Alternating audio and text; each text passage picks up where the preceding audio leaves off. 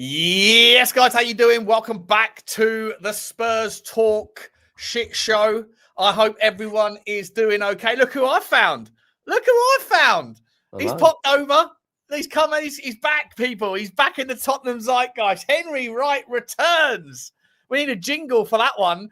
Big up to you all. Big up to you, Henry. Looking forward to chit-chatting with you, mate. We got a lot to talk about because...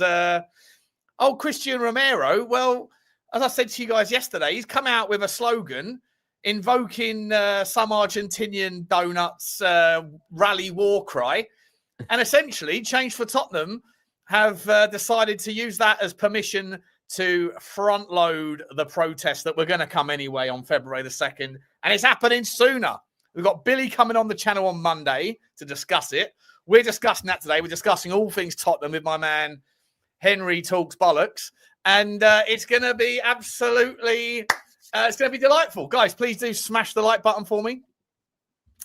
Smash the subscribe if you haven't already. You know the rules by now. The rules will resume. Please also drop the notification bell a little squeeze. That should be squeezed, and comments should be dropped thick and fast. Let everybody know how you're doing. And let's also just quickly talk a bit about OK Jersey. You know the score, guys. If you're looking for the best clobber in town for your athleisure wear, football shirts, retro, new, jackets, all the stuff that you might like for you or your loved ones, your friends, your family, you get the best quality at the best prices. And you can't really ask better than that. Well, you can, though. If you search for OK Jersey and you go to one of their websites and you buy whatever you want, stick in code Sean at checkout, you get an additional 8% off. So thank you to them. We are, of course, also available, guys, on your Spotify platforms, and all the links will be dropping down in a minute. So please get on there and follow us around the social medias. Henry, how are you? I see you've titled it Henry Talks Tottenham, not Henry Talks Football. Yeah, well, it's normally Henry Talks Bollocks, Henry Talks Arsenal, whatever you want it to be, Henry Talks Newcastle, whatever other football club you want it to be, it can be. But yeah, do you know what? It's good to be back. The last couple of months, I mean, I launched Henry Talks Tottenham, I think, back in just before Christmas or October time, something like that, November. And since then, we have just gone like this, haven't we? Yeah. And now I'm looking at it. I mean, today we've agreed terms with that 19-year-old left back who's probably going to come in and not do a huge amount. You know, Romero's calling the board out. Frank apparently is going to get the West Ham game, which I don't really think it's going to make a huge amount of difference. And as I said to you on the phone yesterday, we seem to make the wrong decision every single time at the moment with this football club. And now, once again, we're at a crossroads where the fan base is divided. Some fans are saying, give Frank time. You know, look. Is anyone saying that anymore? I had a few people comment on my video the other day saying, why are you being negative? And I went, negative? I said, we've lost 30 of our last 59 games. Do you know how insane that is? I went on Oso Spurs, right? I love Jim. From Oso Spurs. I went on his channel for the first time a couple of days ago. And it's not often that I go on channels that I haven't been on before. Very often, the channels that I go on, I've been on many times, or whatever. So it's unusual to get a fresh insight from people that might not know about me, or people that aren't familiar with me, or whatever. And I checked in. I don't usually check in the comments after a show on someone else's channel because it's not good for your mental health. Because there's always donuts that hate you for whatever reason. And also Spurs, very positive channel, sort of pro the ownership, pro the club. Jim, very kind of just logical and talks about the finances, sort of thing that I used to do. I used to do that stuff, right? I go on there. I'll just have a quick look, debut on the channel, see what the people say. First comment, can't watch this if that fat donut's on it. Several likes. And then someone else said, I thought this channel was an oasis from the clickbait merchants and the engagement farming cultists around the Tottenham fan base. I was like, I used to be like you guys. I used to be someone that was in the kind of, I would have thought a channel that's kind of more pro the club and less about the kind of toxicity. And that used to be a bit more like me, but now I've lost everyone. So the Levy outers hate me, the Levy inners hate me, the ENIC, whatever you want, they don't like me. I just keep myself to myself at the moment, Henry. It's much easier, bro. It's much easier. I mean, you could get. I mean, at one point, bloody half the fan base hated me. But yeah, I mean, how do you think we're going to get on tomorrow against Villa? Is anyone confident that we can actually get a result? No, definitely not. I think Villa have come out and said they're going to play a weakened team, and we're still going to get probably spanked. If we lose to Villa's reserves, I see it on Twitter yesterday that they're thinking of resting Watkins and Rodgers, which would mean they'll probably go with Marlon up front and McGinn in the 10, which is still better than we've got. Still better than what we've got. But we are riddled with injuries, right? Our midfield's going to be... What is our midfield? Going to be Archie Gray and Paulinho for the next month? Yeah, and longer. And longer. Berghvall's out for a long one. Bentancur's out for a long one. It's just a joke. Kudus is out for a long one. We've sold our other right winger. Did you see the it was almost like the obituary section of a person that when they were alive, everyone thought was a piece of shit. But as soon as they die, all the people come out and say, "Oh, he's a wonderful, wonderful person," because you can't speak ill of the dead. Like the amount of like I don't know what you would call it, tributes of Brennan Johnson. I had to go into every single one of them and post the GIF as a response of the horse doing the dressage, because I was like, lest we forget what his contribution was for the most part. You know, everyone suddenly thinks that Brennan Johnson was a game changer. Yeah, it's just everyone's going to remember. What I don't get is last season, Brennan Johnson scored 20 plus goals in all comps. Son got 15 goal contributions last year. Solanke probably got 15, 16 goal contributions last year in all comps. Maddison got 15, 20. So we've lost 60 to 80 goal contributions this season. And people wonder why our attacks on its own. But we've replaced a lot of attacking players. I hate this narrative. It's not like we haven't replaced. We have, but they're also now all injured. Well, yeah, but that happens, doesn't it? That happens, you know. I heard a rumour that Tottenham aren't sure what to do in the transfer market, and they're not sure what to do with Thomas Frank. Apparently, they've already approached Nagelsmann, who's turned them down, and that's what I've heard. Yeah. I personally think that a Nagelsmann Rangnick double act. You know, everyone's asking him to press the reset button, factory reset, right? Which I'm fine with, and I think that's probably the only way you get back to, hand over the keys. But I don't think Vinay's the guy to hand over the keys to anyone. He's a number 2 man. His first major decision was to not even pick a winner, a champion between the 2 biggest donuts in the football club, Paratici and Johan Lang. I don't know why we back Paratici. He's a criminal. Like officially a criminal. He's on probation or suspended sentence, whatever. And he used us, and we stood by him for 2 years. And the other guy, Johan Lang, he's more interested in watching kids play football. You know, he should be a kindergarten teacher. I don't really get what our transfer strategy is. I don't even think we do have a transfer strategy this month. I think we're looking at again a kid from Brazil who's never played in Europe, who's got acclimatized to the Premier League. Like, I don't want to sound like Savary, but we should be looking at Premier League players at the moment. Like, I know he gives it the whole Premier League pros. That's the market we should be looking at. I mean, for instance, I know West Ham are in the absolute pits right now, but they've already spent 60, 70 million quid. Yeah. Like, at least they're showing ambition to get out of the rut they're in. They've gone out and found a couple of good players. That player from Lazio, the striker, what's his name? Tati. Yeah. I looked him up on the Y-Scout. He looks like he's quite a handful. I mean, have you seen the report come out a minute ago from ESPN about Richalison? Oh, yeah, he wants to go now. What are we doing here? Richalison wants to jump ship from us. Yeah, not correctly. Richie wants to jump ship from us. I mean, that's the pits. That's the level we've fallen to. Richie wants to leave Tottenham after the World Cup. And that source from ESPN Brazil, he's the English guy who he's always on the BBC a lot, and he's always on TNT Sport. He's actually very good. He's lived in Brazil for like 30 odd years, that bloke. I can't remember what his name is. But he was basically saying that Richarlison is very much considering his future. Now, if we're at the point where Richarlison is considering his future, then what the fuck are we doing? All jokes aside, if it's Richalison is considering his future, we've got to take a long, hard look at what we're doing. It's peak, mate. It is seriously, seriously bad if Richarlison thinks he's too good for Tottenham. Like, I don't think we'll sign Kolo Muani. I don't think Richarlison will be here in the summer. And I actually don't think, I mean, there's a lot of rumours about Solanke and all that. And there's a lot of rumours about Kulusevski. You know, Kulusevski got injured in May. I thought he played this season. He actually hasn't. He hasn't played a single minute. And Solanke's only played, is it 30 Premier League minutes this season? I thought it was less than that. I thought it was like 13. Oh, no, sorry. It's 13 in the PSG. He played the last 30 minutes of the PSG game and did absolutely... He was part of the problem. And then... But people are acting like we're getting Messi, Neymar and Suarez back. Like, everyone... don't get me wrong, we're missing these players.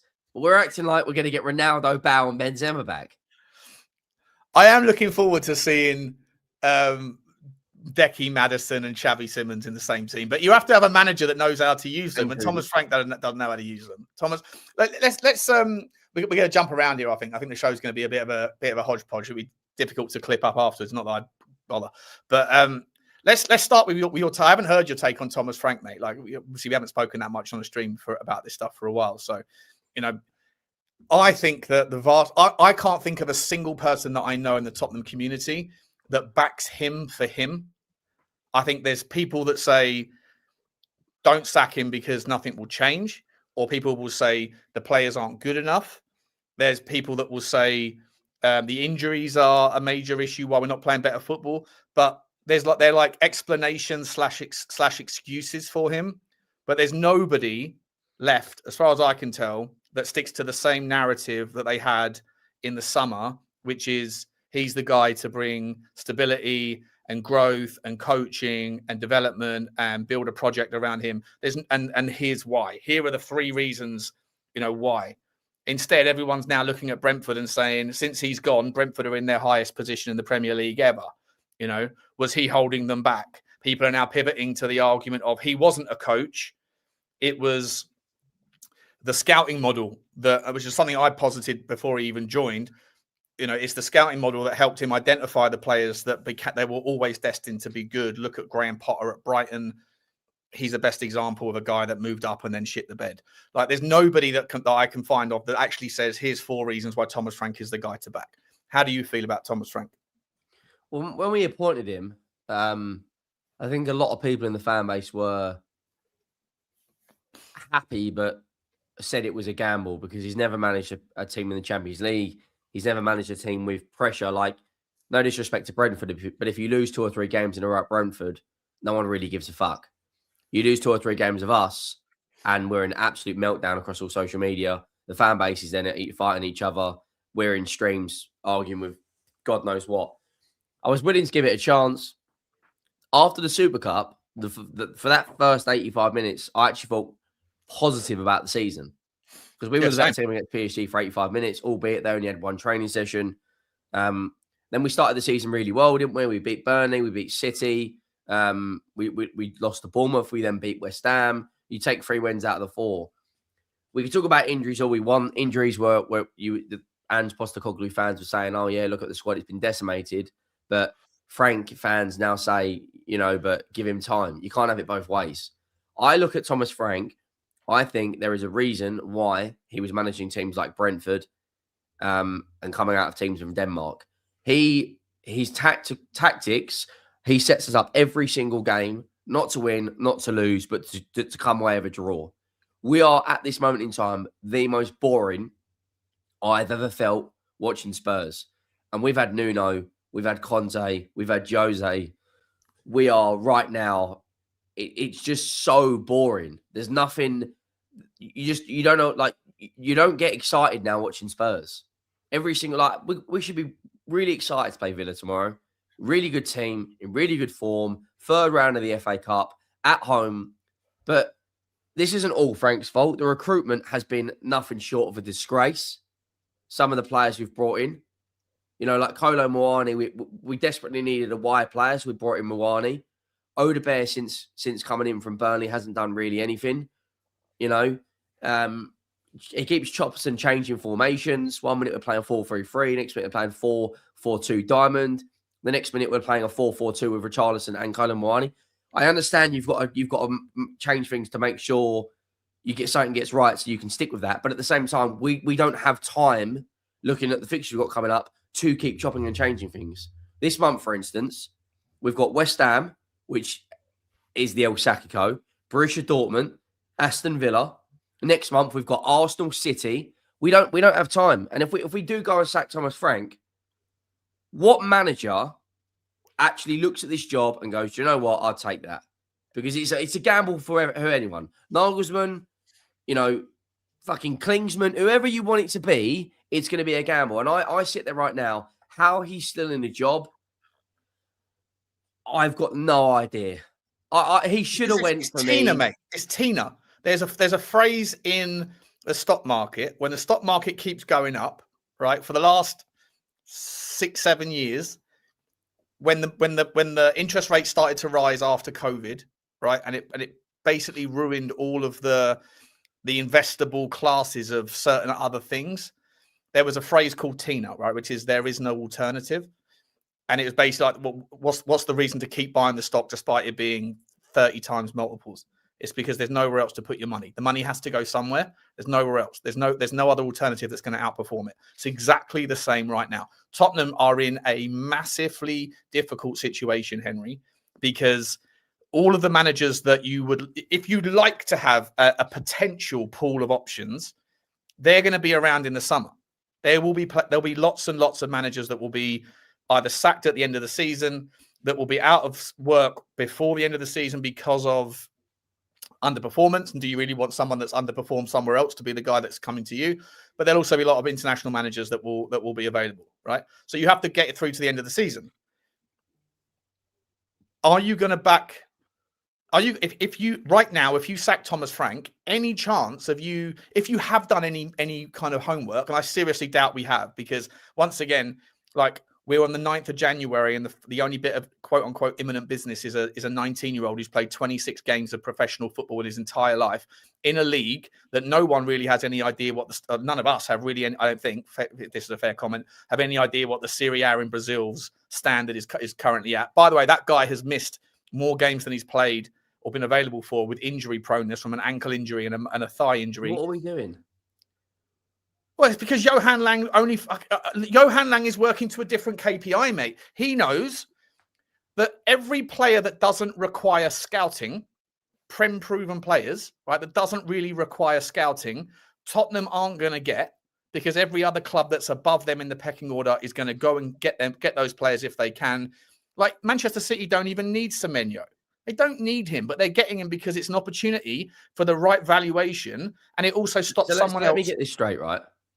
We've got huge injury concerns at left back. And we're going to sign a 19-year-old Brazilian player who has previous injuries. What? As I said to you about 3 or 4 minutes ago, why do we always seem to make the wrong decision? Who is, like, honestly, this Lang, whatever, Johan Lang, let's be honest, he needs to fuck off, because this is stupid now. What? You got a left back at Fulham, right? In Robinson, that would probably be anywhere between 30 to 35 million quid. Put the money on the table. Yes, he's 29. Yes, he's 28. Yes, he's 30. Whatever age he is, he's better than what we've got, and he's Premier League proven. He's got over 100 Premier League appearances. Go and pay for it, right? Then you've got players like look at Brentford, right? They have just sold Wissa, Brian Mbeumo, Flecken, and Norgard. Wissa and Brian Mbeumo was 63% of their Premier League goals last year. So what do? They actually have a scouting network, and they go and sign Thiago from Belgium, right? Well, they signed him the year before, didn't they? But yeah. The year before, whatever. But they already had a contingency plan in place. He's now 1 goal away from being the highest ever Brazilian scorer in one season from Bobby Firmino. He's level with Bobby Firmino's record. And bearing in mind, there's still 17 games left. Yeah. He could quite easily reach 30 goals this season.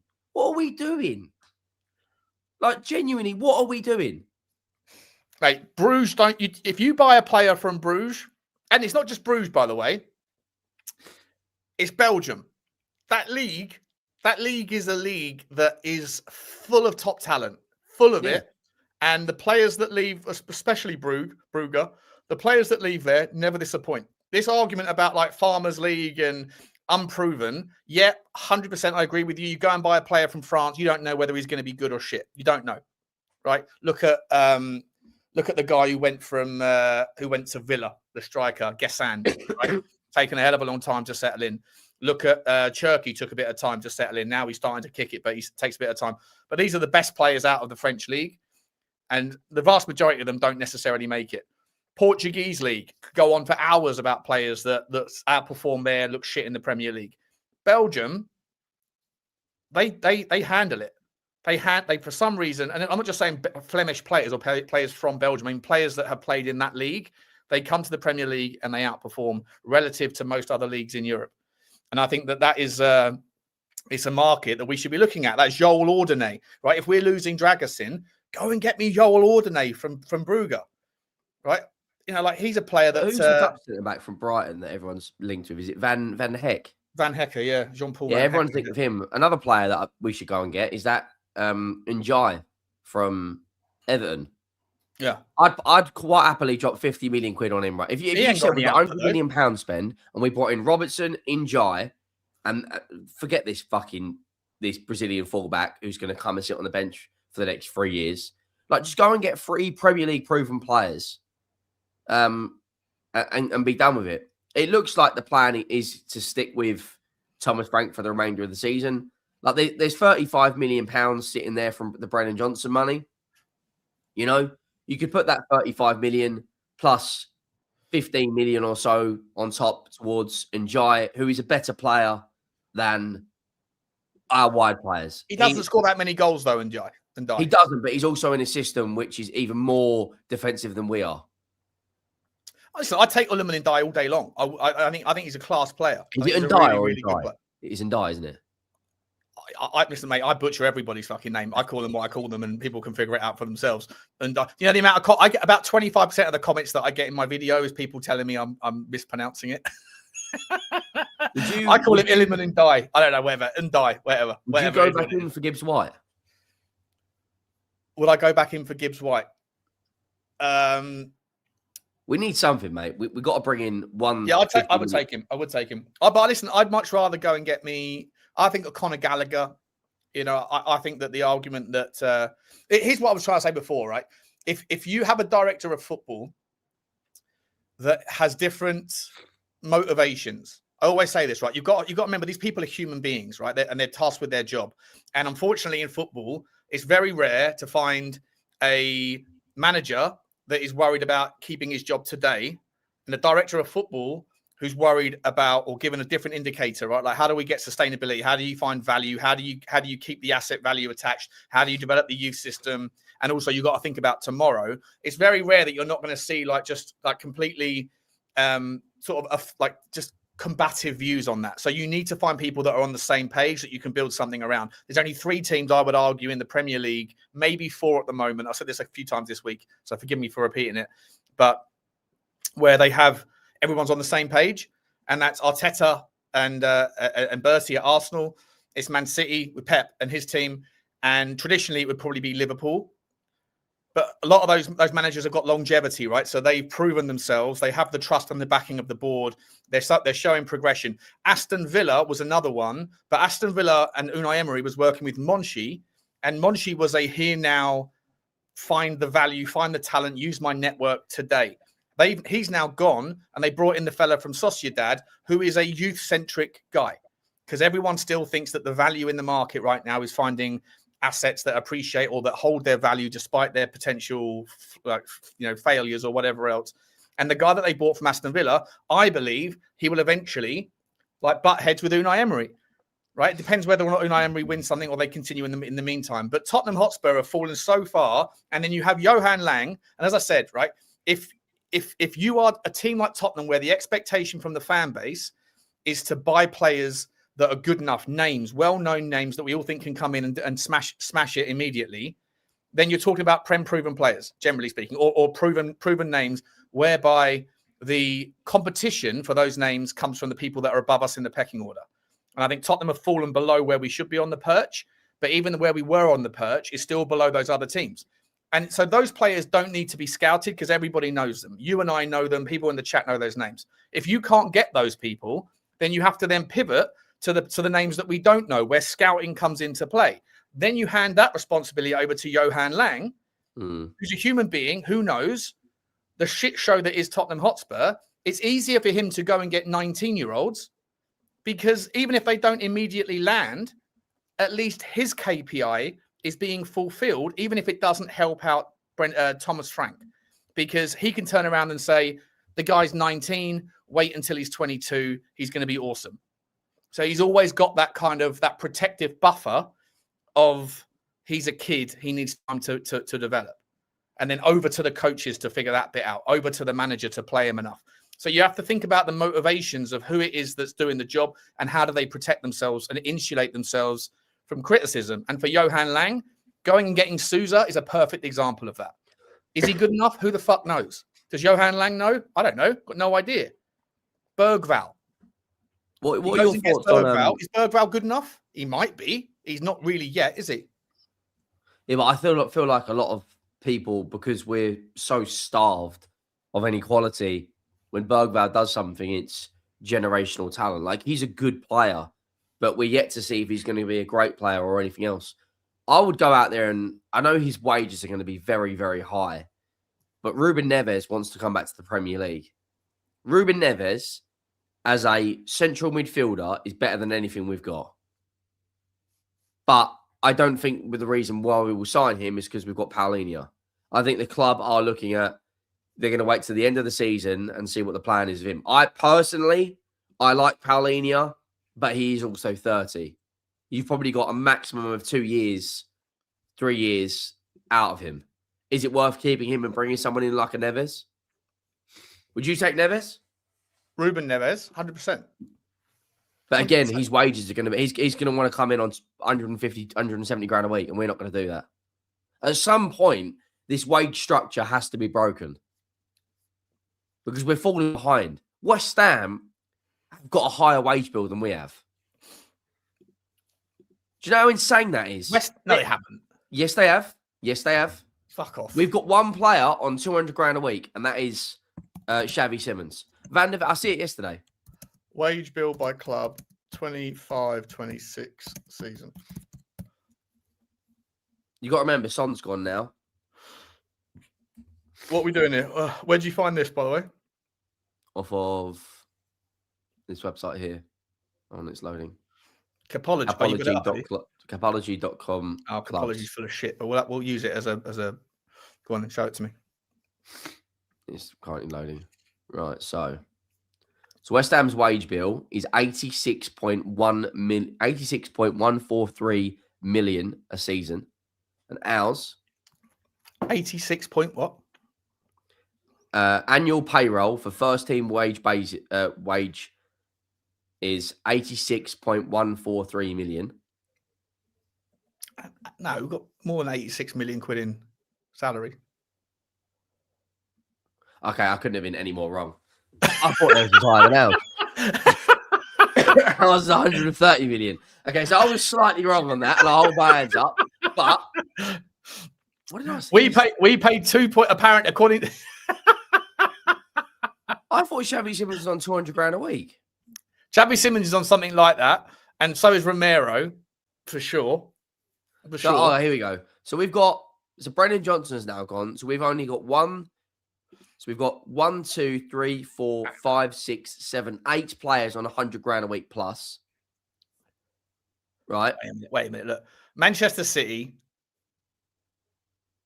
gross per year in pounds. So Aston Villa's is lower than Newcastle. Have got a lower wage bill than us. Yeah. Yeah, but it's just relative to the revenue that the club generates. It looks different. Like Aston Villa are at like 90% or whatever, or 86%, whatever they're at. Some crazy amount. 1.3 mil. Hmm? Look at Palace's wage bill, 1.3 million. Ours is over 1 million more than theirs. That's per week, yeah.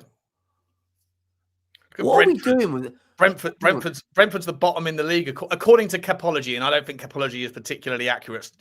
Connor always says that Capology is a load of shit, but we'll just use it as a general guide. So Brentford, who currently sit on screen. So what's that? I've just put if you share that, you can see the wages on the screen of each player. Ah.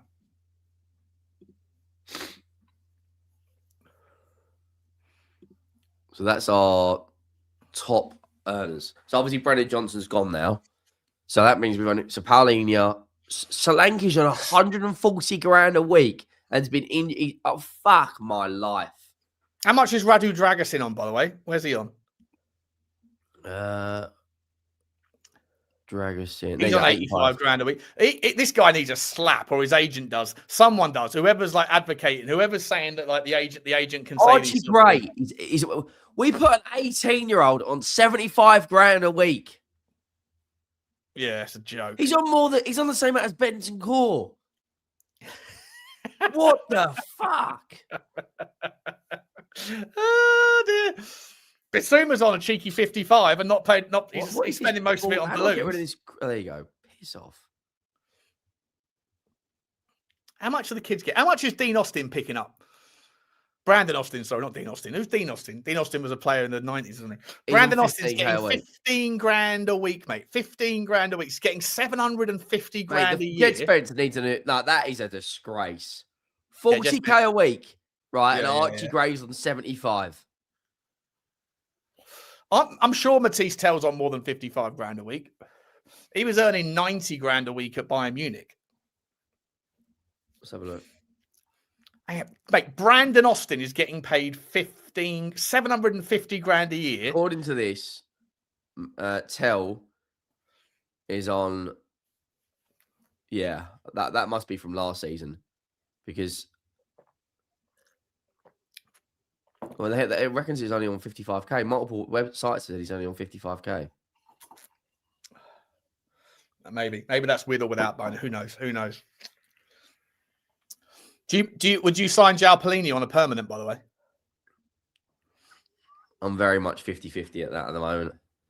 I like Palhinha, but mate, he's a long term, it doesn't really make any sense. But then again, what is long term at Tottenham? Who cares about long term? Yeah, what is long term at Tottenham? So we can't even keep a manager for more than a season. Let me know in the chat. Ones and zeros. One if you. I probably would, but not at the. What's the fee then? One is it like 35 million? 20 million quid. Yeah, I would. No, 20 million euros, 22 million euros, something like that, like 18 million quid. About the same as we're paying for Souza. Have you just seen David? Did you see David Ornstein yesterday that Arsenal want to get Gay here? They're taking the piss. You greedy. I saw Dan Potts do a thing on Instagram going, apparently Arsenal, he goes, listen, I mean, kind of at the point where, you know, I'd take Gay here in a heartbeat, injuries. Mate. Yeah, he'd probably be 7th or 6th in line, but like, you know. 6th in line? No chance. He'd be Arsenal's 3rd best centre-back. I'm not going to lie to you, this season I'll take him over. Him and Van der Ven, fuck, my life will be an unbelievable partnership. I'd happily sell Romero for Gay. The other, like, what's he doing for the Sunderland game? Why is he sprinting 20 yards out? They play a 1-2 and Brian Bobby puts it in the bins. What was he doing for the 3rd goal against against Bournemouth?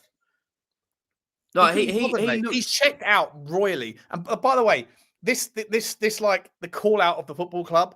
I love how everyone who feels that the club needs to be like, you know, shaken up here, like shake the tree. They're going, yeah, Romero's bang on. You're a fucking player, mate. You're a player, and you're saying at times you're the captain of the football club who doesn't do interviews. He doesn't come out and talk. When Vicario's not even the captain, but Vicario makes a blunder, he gets out. I don't like Vicario, but at least Vicario owns it. He'll come out and talk, right? But we lose a game the way we do. The fans are melting down, and Romero's reaction is to say at times like this, there's other people that should be talking. Who should be talking? Should a director of football or should Vinay come out and explain why we lost the game? I get the sentiment that the ownership needs to like come out and explain to us what's going on and like what's the plan because of all the rumors around, Paratici leaving and where's the signings? Why did you do? I can understand like the need for some sort of directive, but after a game, the people that should be talking about the game specifically are the manager, the captain, and any kind of leadership figures. And Romero's never there, but he decides to go off on one, and he also brings out that quote that's basically saying, if to the leaders in politics, if you work for us and you help us, we'll support you and back you. If you don't, we will rise up and overthrow you. He's basically saying to the Tottenham fan base, if you don't think that the ownership is doing enough, then rise up and protest. And then Thomas Frank says we had a good conversation with Romero. He won't be chastised. He won't be punished. He won't see any consequences for that sort of. You're the captain of the football club, mate. And you're the one that's like fucking doing the saber rattling for protests. You're the one who's been toilet for 4 or 5 weeks. So I've just shared that. I just want to show you something. Share that. Post that Florian Plettenberg tab. Kevin Schade one to watch for summer as a move after the World Cup apparently is likely. However, Brentford still want him to stay. Many clubs are interested. Tottenham are among the teams closely monitoring. I've looked. I actually would take Kevin Schade. Do you know what's really good, beneficial for Tottenham? Share that quickly. Share that. He's only on 10 grand a week. He's on 10 grand a week. 24 Brandon years Austin age, gets paid more. six goals and 3 assists in 20 games. Can play down the middle, can play left, can play on the right.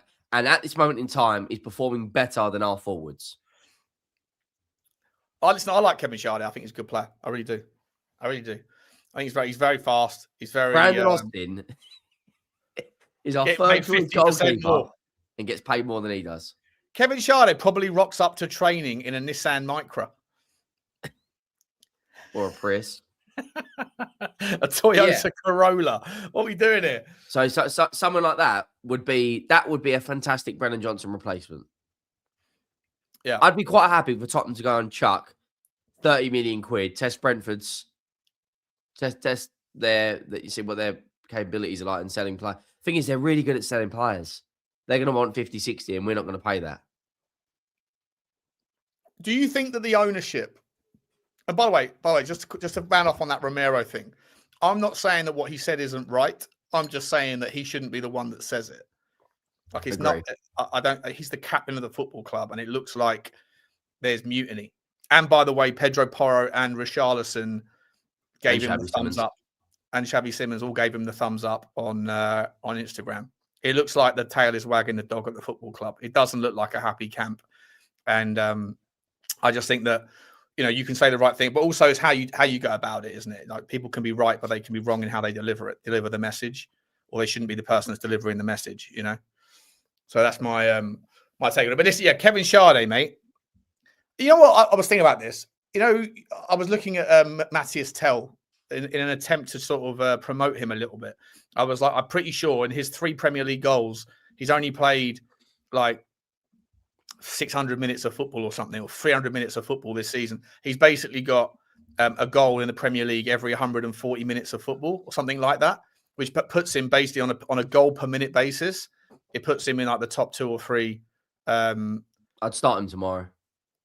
100%. Or we haven't got any options, right? We haven't got any options. Do you think that you should be Richarlison and then Xavi on the right, and the midfield is probably going to be Archie Gray, Paulinho, and I reckon we'll go 4-4-2. We may see Spence or who have we actually got available? Like who's not broken? We've got the team. Sabah sent this to me actually. Yeah, I'll tell you right now. Sabah said this is our fully fit squad.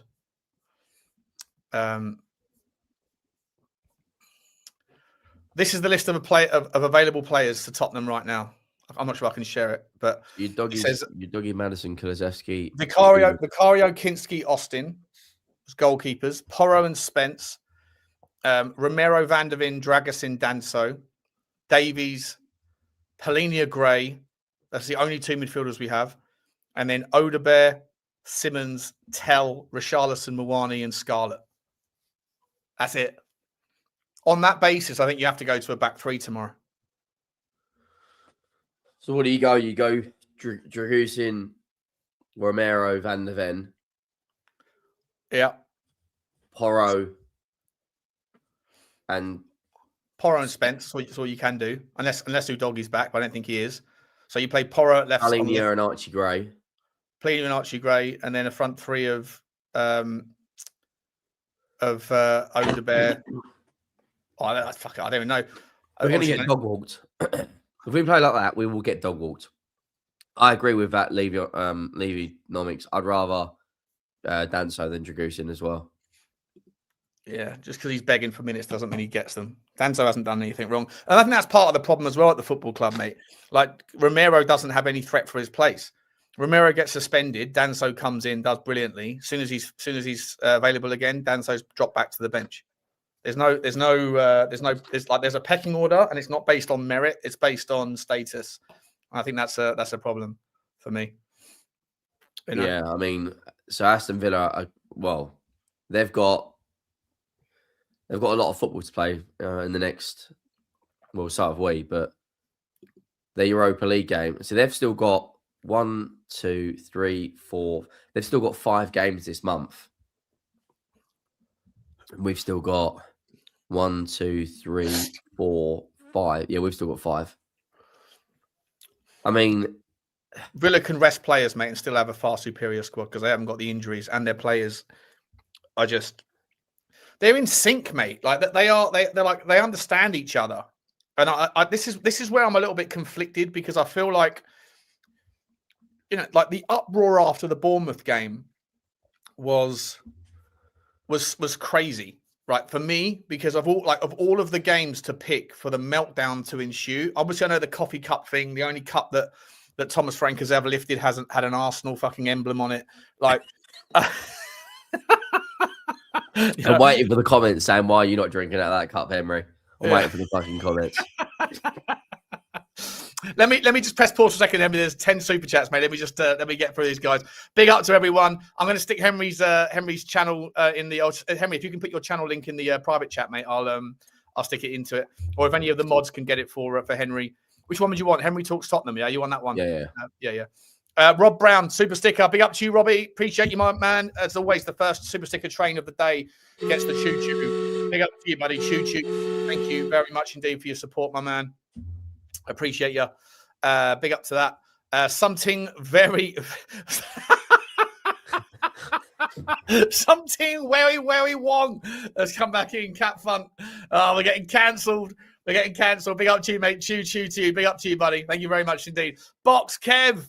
Unbelievable, mate. So generous, Box Kev. Thank you so much, mate. He says, missed you on Spurs 5 last night. Hope you're feeling better, bro. Mate, I feel fucking terrible, bro. I feel terrible. I felt terrible for ages. I have a constant headache. I'm constantly exhausted. I've got a constant feeling of nausea in my stomach. And I feel slightly better in the morning to do these early shows. But then by about 3 o'clock, I'm basically like, I'm in a world of all my channels, all my Football Inc. is getting a little bit. I'm after cutting those episodes short because I don't feel well. I haven't done Rabbit Hole for ages because it's a late show, and Spurs 5, was too much for me last night. So big up to you, mate. I hope Sava and Billy T filled in and did a great job. I'm sure they did. Thank you so much for the super sticker, mate, the super chat. Big up to you, buddy. Really appreciate your generosity. Chew Deeney's in the house as well. Big up to you, Chew. Big up to you, mate. Thank you very much indeed. Chew to you. A user said, wood pigeon is migrating. Can't believe Richie has the fucking audacity to think that he's out of here.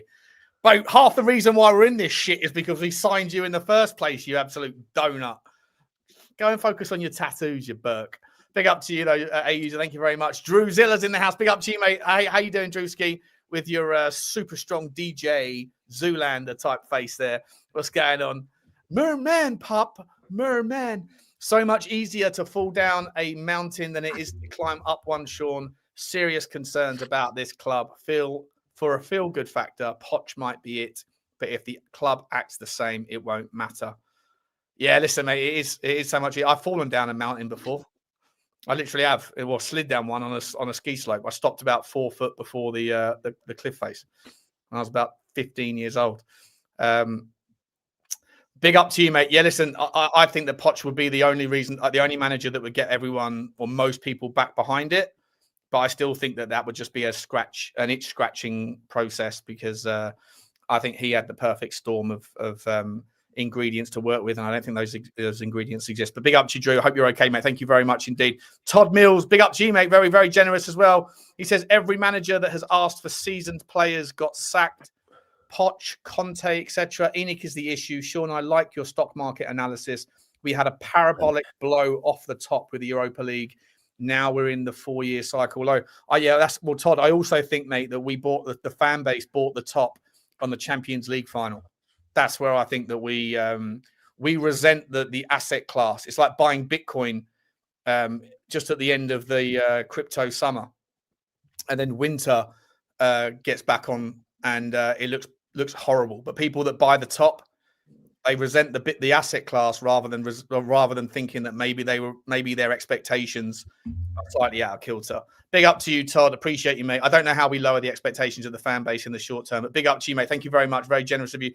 Adam Gill says nothing changes on field until we fix the CM. 60 million gets you both Neves and Gallagher. We're instantly better side in every way. Connor, would you take Henry? Would you take Conor Gallagher and Ruben Neves? Oh yeah, 100%. Yeah, I'd definitely take Ruben Neves. Conor Gallagher's we should have signed him 2 years ago. But he's Premier League proven. He's going to work his arse off for you, and we just need bodies. We're at the point now where we just need bodies in the midfield. We can't, if we stay as we are and don't bring a single central midfielder in, we may finish 17th again. And I'm not even exaggerating on that. Our run of games we've got coming forward with Archie Gray and Paulinho playing week in, week out. It's like we've got obviously Aston Villa tomorrow. Then we've got West Ham, Borussia Dortmund, Burnley, Man City, Frankfurt, Man United, Newcastle, Arsenal, Fulham, Palace, Liverpool. That run of games is absolutely disastrous. Is there any chance, mate? Is there any chance that we are in a relegation battle? Nah. I think we'll finish. If we stay with Frank and bring in this Souza and don't actually start acting like a proper football club, I think we'll finish below Bournemouth and below Leeds United. Leeds United have got a goal scorer in their ranks as well. Dominic Calvert-Lewin is scoring goals. Can't believe it, mate. I can't believe it. I said at the start of the season, if Tottenham sign Dominic Calvert-Lewin, I'm going to go Levy out, ENIC out. This was in the summer, and he's actually turned it around, hasn't he? But just quick, I mean, that's not a pretty sight, is it? 1 win in our last 7, 2 wins in our last 12. And this season, our record against the bottom 10 is disastrous. We drew with Wolves. We lost to Forest. We lost home and away to Bournemouth. Hey, but I think Bournemouth are in a false position. I don't remember them ever playing badly. They don't. They just don't have it. Their whole back line's been decimated. They lost Dean Huijsen. They lost Zabarini. They lost Kepa. They lost Kirkes. What's Huijsen? If we lost Udogie, Porro, and Van der Ven. They lost the equivalent of Romero and Van der Ven and Pedro Porro, and they're only a point behind us. But they've been unlucky in a lot of those games, mate, because they could have gone either way. A lot of those 11 without a win. A lot of those were draws that were like 2-2s and 3-3s and things like that. They score goals. They play the same way regardless of their game state, which is obviously a bit like Ange Ball-esque. But they could have easily, we could have easily beaten them. They could have easily beaten us by more. It's one of those games, and that's the story with most Bournemouth games. I think if they put a run together, I know they're obviously going to have to replace Semenyo, etc., and maybe they will, maybe they won't. They've already got the replacement, haven't they? Have they? Yeah, I see it yesterday. Florian Plettenberg put it out.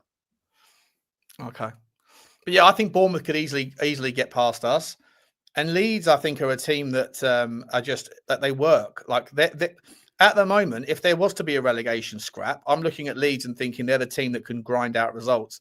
and I think that Tottenham are the team that are just sort of capitulating a little bit. I don't see anything from Nottingham Forest that makes them think I mean, it's only a 6-point gap, but then you go back 13 points to West Ham. I don't see West Ham or Burnley being able to catch, but we could easily finish 17th again. Easily finish 17th again. Look at the tab I've just shared.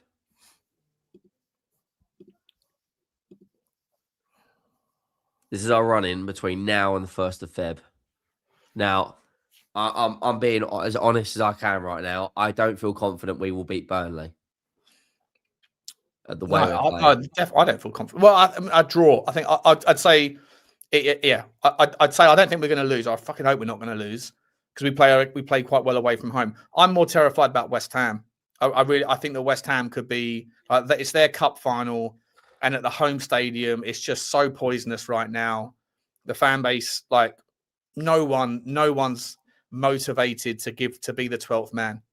You know, there's an expectation, and if we against Aston, if we get smashed tomorrow, or if we lose, if Aston Villa have a comfortable day despite resting players, and he's still here at the West Ham game, I genuinely think we could.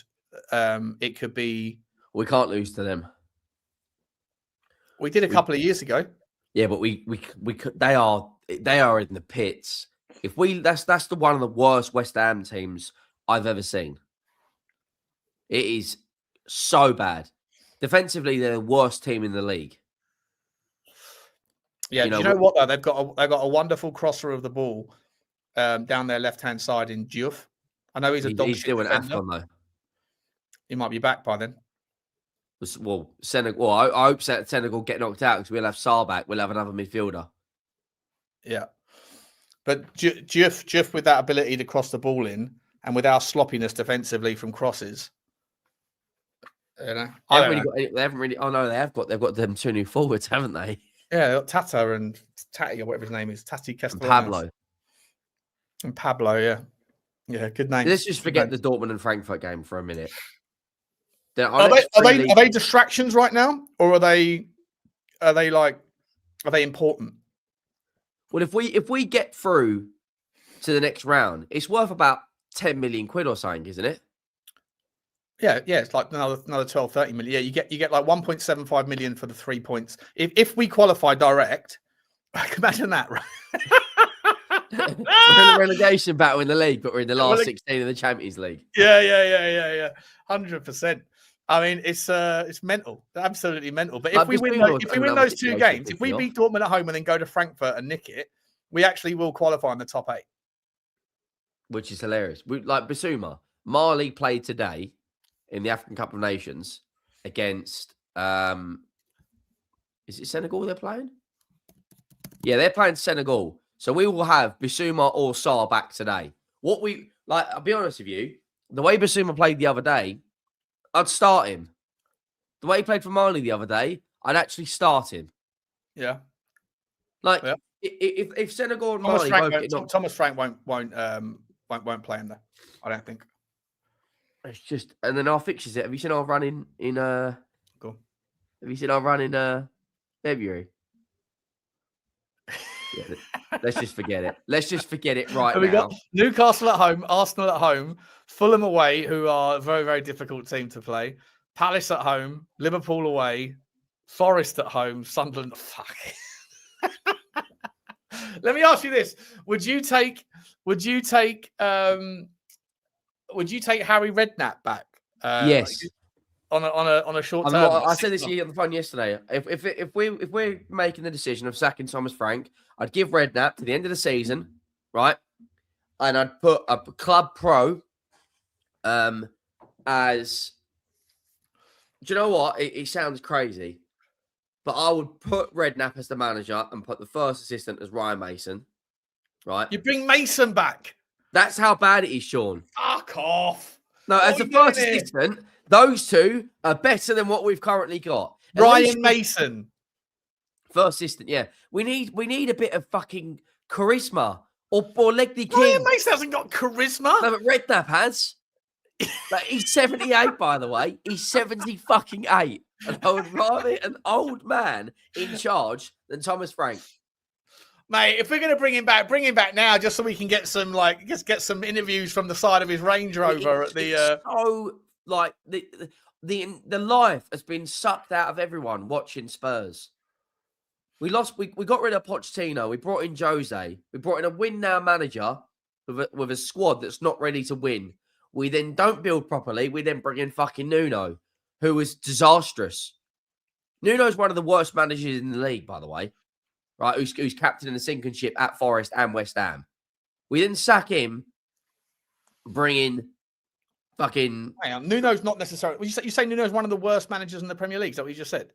Statistically, right now at West Ham, he's one of the worst managers in the league.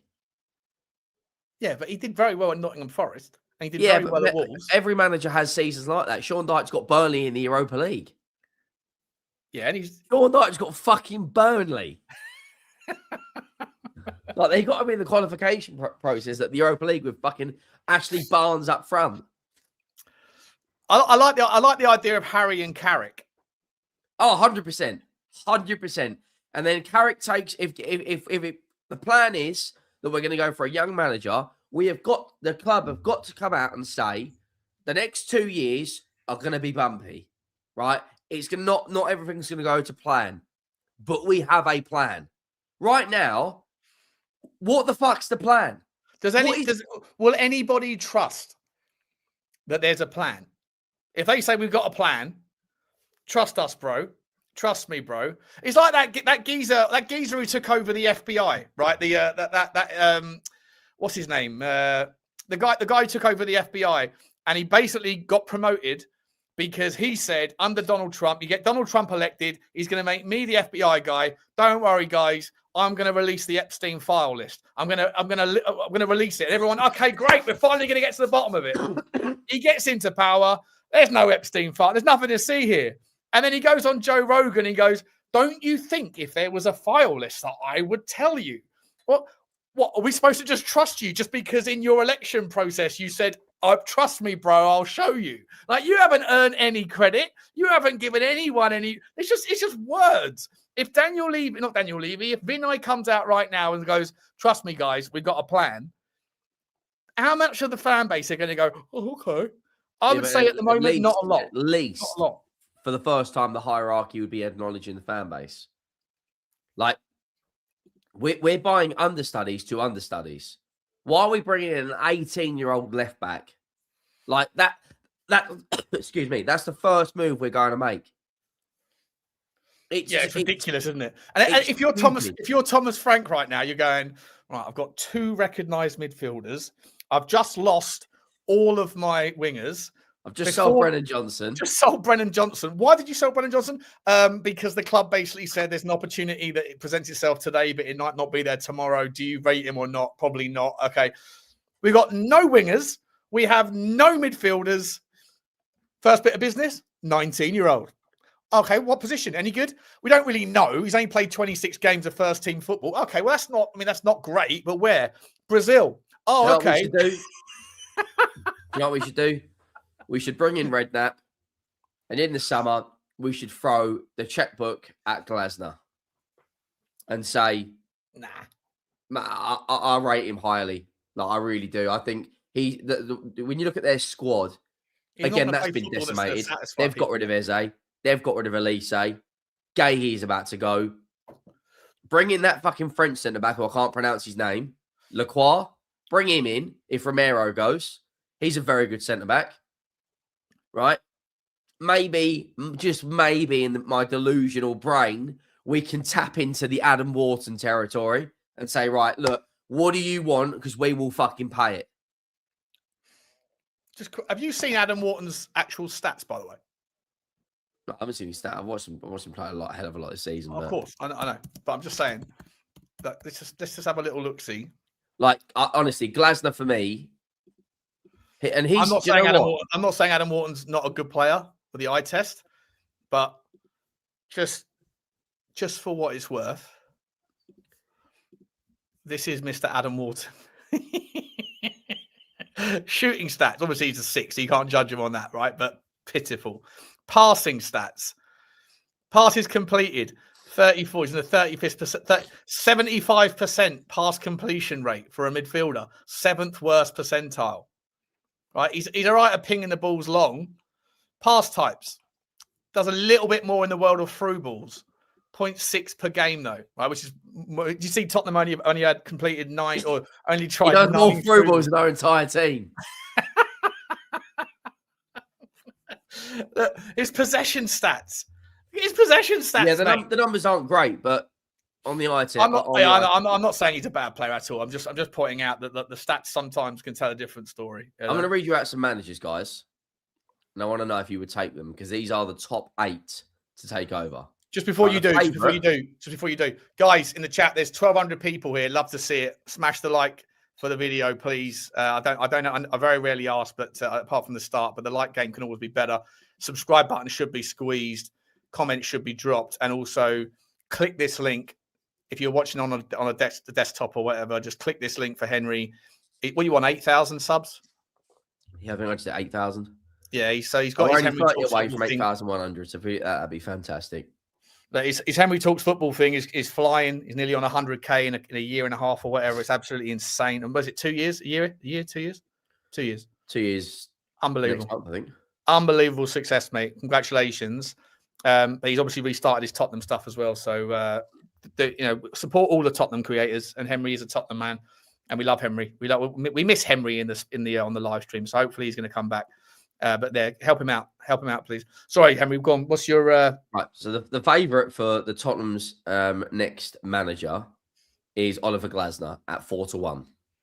Now, probably unlikely because he's probably going to walk as a free in the summer.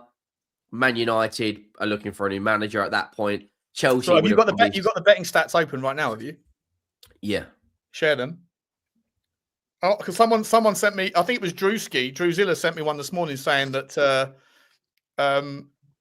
Jurgen. Oh, he is there. Yeah, Jurgen Klopp. So let's look at it right now. Marco Silva. Hang on. Why can't I go to the top? Yeah, there you go. So Glasner's the favourite, but he keeps disappearing. He's probably going to wait till the summer, and at that point, Man United would need a manager. Chelsea would have sacked Mathys, their new fucking whatever he's called, Rosiner. Liverpool, who knows what will happen with Slot. Man City, Guardiola's future's in doubt, but Enzo Maresca's been linked. So let's rule out Glasner. Marco Silva. Would anyone take Marco Silva? Absolutely not. Absolutely not. No way. And the reason being, not that I don't rate him, it's just because he is exactly the same as an Iriola and exactly the same as a Brentford's Thomas Frank or a Graham Potter. It's all the same. You have to have a very, very special type of personality to move from a team where you can win 3 games on the bounce and everyone says, well done, and then lose the next 3 and nobody notice because you're managing Fulham or Bournemouth. Mate, everyone was like, look at Iriola. He's got them third. In October, they were 3rd in the league. And then all of a sudden they went on that 11-game run. No one noticed until it was the 5th or 6th game. No one paid any attention because it's Bournemouth. It's the same with Silva at Fulham. He can win 3, but when he loses 3, no one pays any attention. Same with Frank at Brentford. You have to be special. I think you have to be special to get that chance and grab it by the horns. And I think that Thomas Frank is really struggling with the exposure and the scrutiny that comes from managing a big team with 60,000 fans and millions of fans around the world, and an army of media who are looking for their headline, who give managers who come to teams like Maresca struggled a little bit with it. Pochettino, again, was one of those types of managers, but he came in and he was, whether he's the caliber, I don't know, but just the fact is that it went well for him. But don't forget, Pochettino was going to get sacked until it was that game against Villa, right? When Harry Kane saved his bacon, and then from there, everything transformed. So for me, I don't want to see another manager that's like done well at a B-level club, a C-level club like Fulham. No disrespect to them. He's done very well. But we're going to have the same problem. As soon as things go wrong, it's an unknown entity. How do you handle the scrutiny of the failure? Yeah, it's very true. Jurgen Klopp's in there just for just to take money. He would never take over Spurs. The only other club he'll manage will be Dortmund or Liverpool. Enzo Maresca, good manager, but has previous for calling out hierarchies. If you're going to call out Chelsea, you're 100% going to call out Spurs. That is a disaster written all over it. Plus, wants the Man City job. My pick on there is De Zerbi. Say it, baby. Chaos. Let the chaos De Zerbi, again, though, has previous. He will call out hierarchies. And he's a nutcase, mate. He's a nutcase. He'll fight with the fans.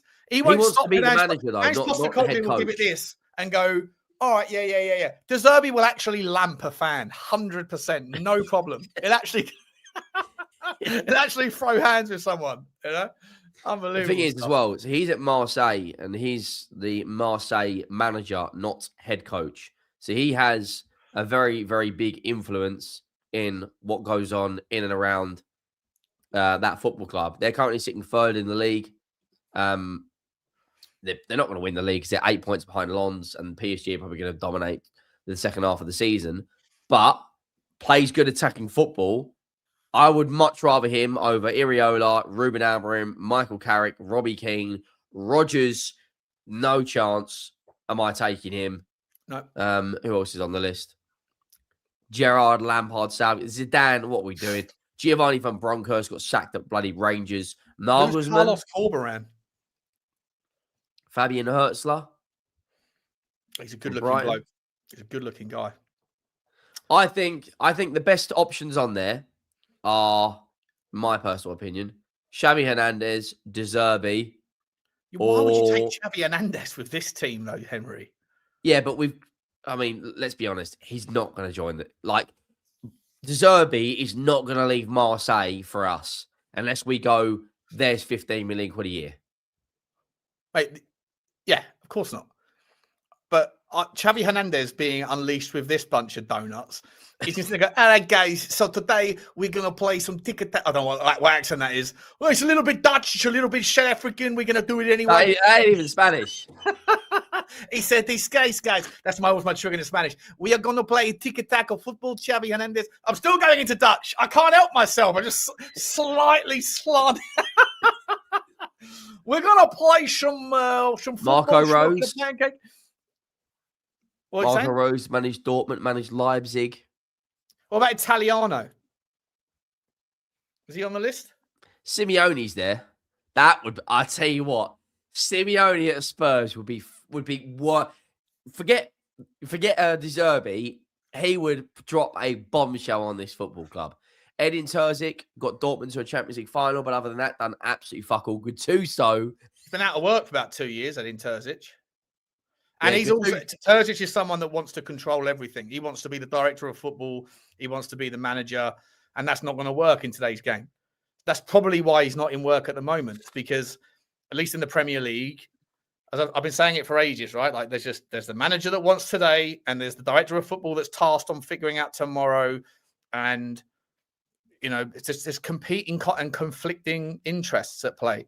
But we're not going to get Unai Emery. You're not going to get Rui Borges. Not going to get Thiago Motta. Yeah, none of these names are going to come in. To me, mate, you either go and get Harry Redknapp and a Michael Carrick for now, but that's not the long-term solution. In the summer, let's presume that you have to make a managerial change in the summer. Would you take Pochettino back? No. You don't want Poch, no? Because I don't think he will. Obviously, he's a good manager, but he hasn't had a good time outside of Spurs. He got Chelsea fifth, then got sacked. He's on the verge of getting sacked by the US if he doesn't have a good World Cup. He's going to leave. He's definitely going to leave the US. I would rather go to something new.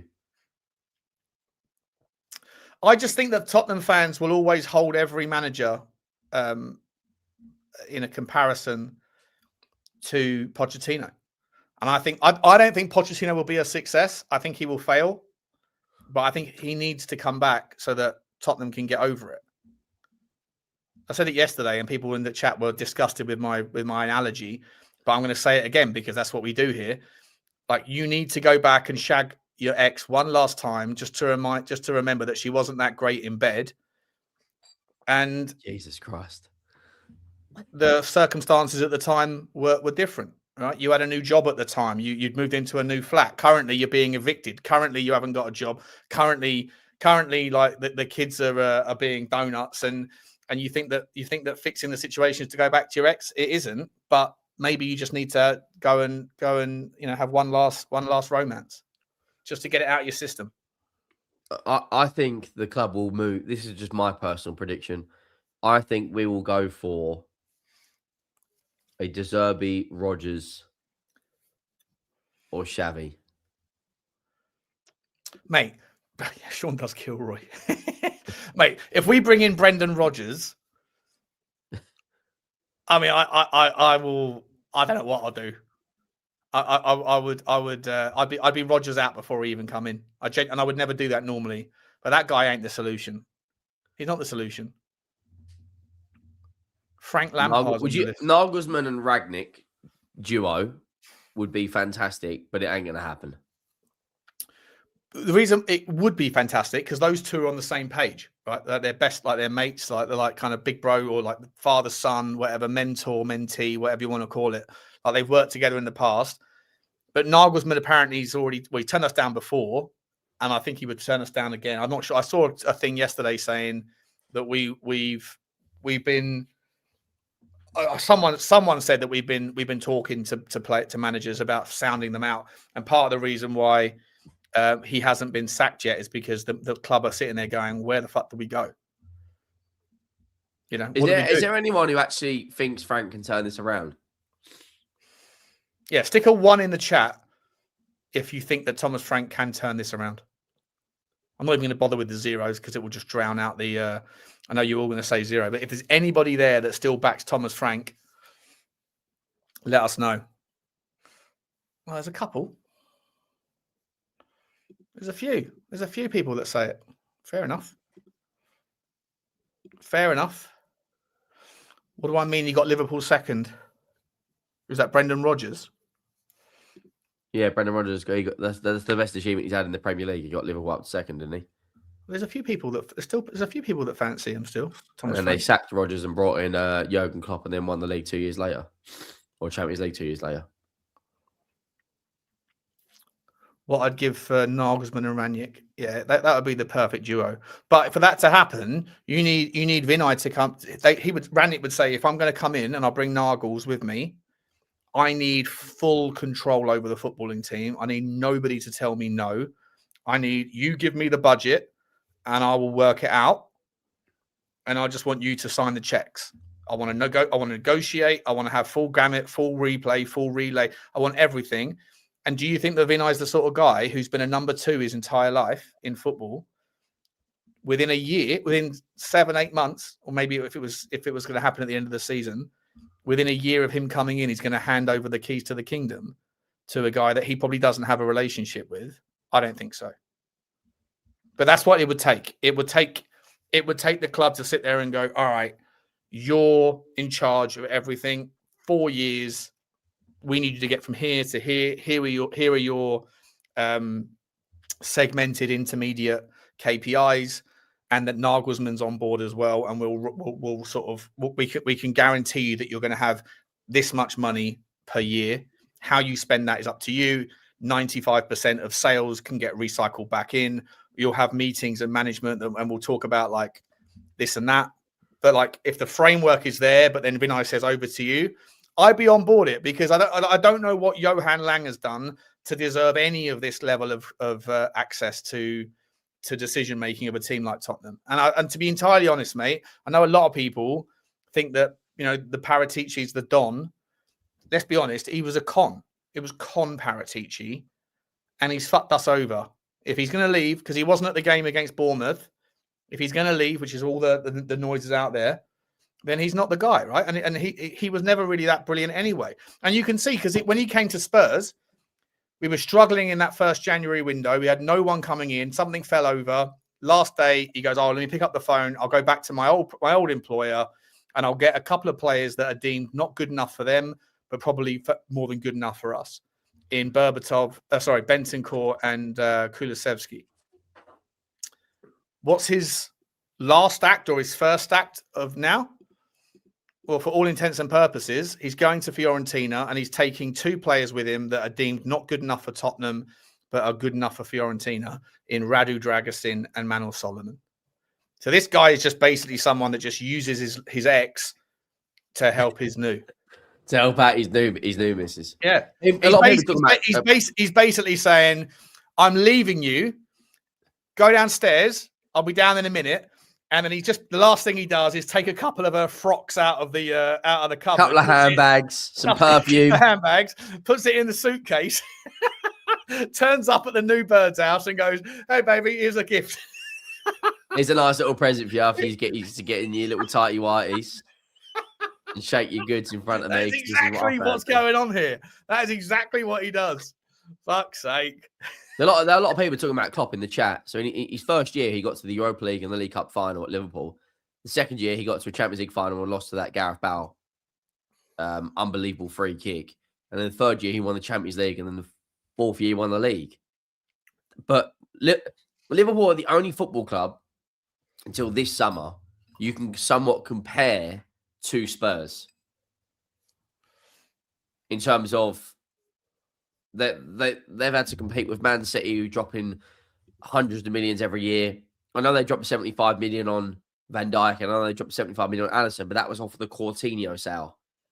Like, I know they dropped huge money this year, but before this year, we were quite similar with Liverpool in terms of the way we operate as a football club.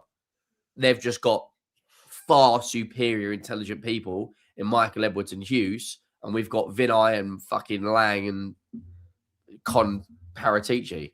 Like, I feel that we're in a serious rut as a football club right now. We are in. I'll be honest, mate. If we lose tomorrow, I think most people will check out for the remainder of the season. The season's done, mate. We're not going to win tomorrow. I'd be gobsmacked if we beat Villa tomorrow. Literally, all we've got to play for is the FA Cup. Yeah, 100%, mate. Like, the Champions League is like, we're never going to win never, ever going to win the Champions League. Right? Imagine if we did, though. This bullshit fucking team. Where is the final, by the way? Thomas Frank stinks. Listen. It was around this time last year that I had the stones to go and book myself a flight, a hotel, and paid 1,500 quid for a ticket to the final before I knew Tottenham hadn't even finished the Europa League group stage. We weren't even sure we were going to qualify. Some context. The final's in Budapest. Mate, if we go to Budapest, bro, I'm not coming home, mate. I'm not coming home. You know me, mate. I'm going to marry myself my own little fucking Svetlana. We need to actually plan to do this properly, because last time it was a fucking shit show. Yeah, I barely got out of bed. Around bloody Bilbao at 5 o'clock in the morning. almost got murdered by two pimps. Almost got absolutely beaten the shit out of. Not my finest weekend or my finest midweek action, I'll be honest, but it was a great trip. Absolutely sensational trip. Let me finish these super chats off. I never got around to doing them all. Henry Wrong, big up to you, Henry Wrong. He said, anyone else seen our new kit for tomorrow's game? Yeah, we're playing it all white, aren't we? Are we? Yeah. I haven't seen that. I'll bring it up in a minute. Big up to you, Henry Wrong. Big up to you, Logan THFC with a super sticker. Big up to you, mate. Thank you very much indeed, mate. Choo to you. Choo to you. Drewski's back in. My man Drewski, who says if ECIC say, if ENIC say we have a plan, it's gonna be more Baldrick from Blackadder. Is it Blackadder? Blackadder, right? It was the old program, wasn't it? Yeah. Then he's having a nightmare with his typing today. If ENIC have a plan, it's going to be more Baldrick from Blackadder than it will be Hannibal from the A team. Yeah, 100%, mate. 100%. I'd love to see let Mr. T come in. Sell some of that gold, and we'll get to go and buy a player. Big up to you, Drewski. No thanks. 514 says need to stick with someone, even if they aren't it. I don't know, mate. Isn't it one of those things where, like, again, I'm going to carry on using the analogy. Every analogy in football that I ever use is always perfectly alignable to, like, either your relationships or going out on the pool to on a night out. I don't know. Right now, I feel like we're at the bar and we've gone early. gone early and we've managed to we pulled a cheeky 6 out of 10 early doors, and she really isn't that. She's really not that great. And you might be out of shape a little bit. You're not quite the same guy. You're not quite a spring chicken. But there's a few other birds at the bar that you're looking at that still haven't been snagged yet. And you're sitting there going, is a bird in the hand worth 2 in the bush? And I feel like maybe it's not worth it for me. I don't know though. Big up to you. Drewski's come back in another one. Big up to you, Drew. He says, I've had a number 2 this morning with more substance than Vinay. What are we doing? Big up, everyone. Don't forget to smash the like and subscribe. Big up to you, Drew. Big up to you, my man. Do you know what we are? We're that guy who goes and gets himself a brand spanking new BMW or Range Rover. Unbelievably nice car. Really nice interior. Yeah, on finance. Top of the range sat nav. The best audio in the car you can get. We pull up to the bar. We've got an unbelievable house, right? Somewhere nice like Chigwell. 1.5, 2, 2.5, 3 million quid house, right? Is Chigwell a nice area now? Is it? Just Chigwell's fucking well expensive. Is it?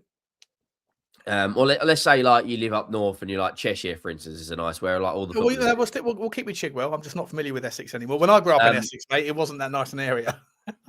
Yeah, no, there's parts of it now that you wouldn't touch for fucking, you wouldn't go anywhere near it. So you got your brand new nice car, your brand new nice house. You pull up to the bar, and they're going, all right, you get this 6 out of 10. You're absolutely steamboat, right? So you drive it home anyway. You get back to your house, and she goes, well, where the fuck's your furniture? Why have you not got a sofa? Where's your TV? Why have you got a hole in the floor in your kitchen? Yeah. To go for a toilet. And you go, oh yeah, but look at you stick the heating on. It's fucking freezing out. Sorry, I can't. Why have you not got a boiler in your house? Yeah. Why have you got an oil fire? And you go, yeah, but look at the aesthetic outside. Look at the lovely car. That is exactly what we are. We are a guy who brings birds home to his house. He's got fuck all in. That is exactly what we are like as a club. Unbelievable stadium, great training facilities, but what's going on the pitch right now is disastrous. And then, right, then you look at the house next door, brand spanking new kitchen, lovely house, and they're driving a Prius. And that house down the road is fucking Palace.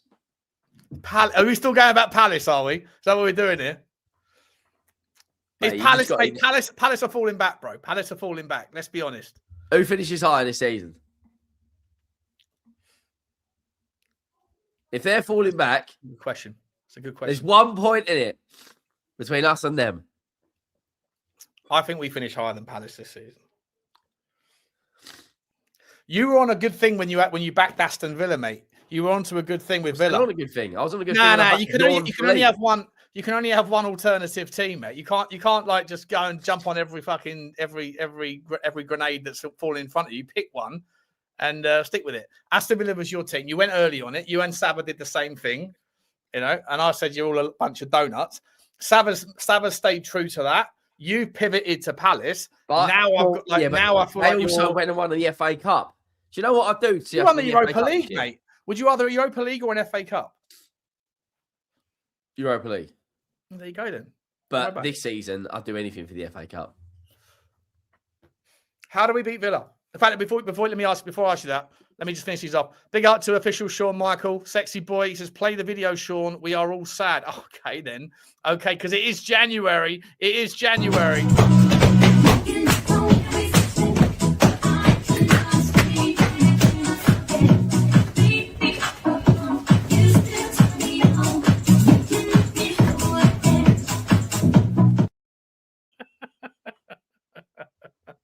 Big up to you, Shawnee. Big up to you, Sean Michaels. And Tall Tart says, what a name that is, Tall Tart. The train's not stopping at Egham. It's been derailed. Egham's a nice part of the world, just down the road from me. It's very nice. Very nice. I used to go out in Englefield Green every Wednesday night because there was a university across the street. It was sensational. Sensational. Mate, how do we beat Villa on Saturday? Set pieces. Straight up set. That's the only way we're going to beat them, I think. I think midfield, if they go with what's their predicted lineup, which is, according to FootMob, Sancho, McGinn, Rodgers, and Watkins are all going to start. I don't necessarily think that's realistic. I think Kamara and Tielemans will start, and I think we're going to struggle against that back line. Matty Cash has always got one in the locker for us. I think we have to play. They're going to have all the ball. I think we have to counter attack and play on set pieces. And if we can get a Van der Ven header or a Romero header or a Paulinia header, I think that is the only way. Throw-ins, corners, free kicks.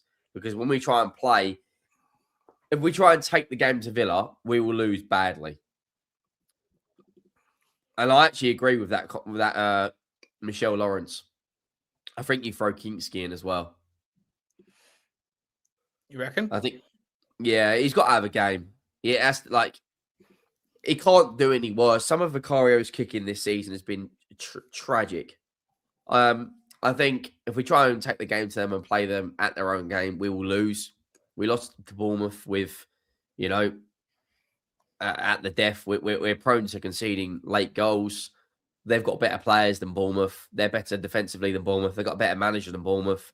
We are in.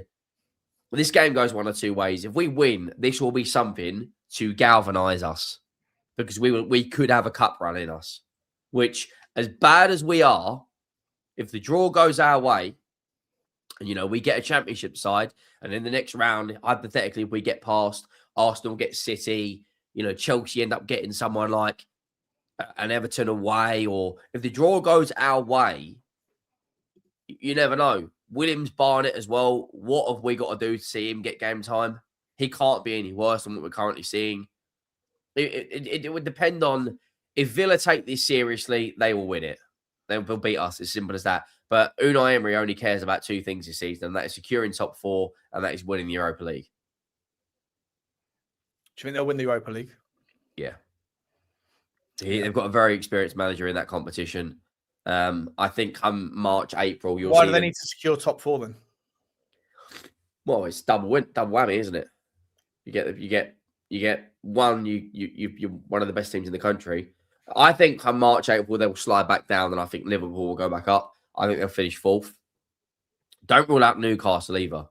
Newcastle have picked up some points recently. It wouldn't surprise me if they got fourth either. Or if Villa win the Europa League, then fifth will get Champions League, wouldn't it? Is that how it works? Yeah. Yeah, they've got City in the cup and Bournemouth in the cup as well.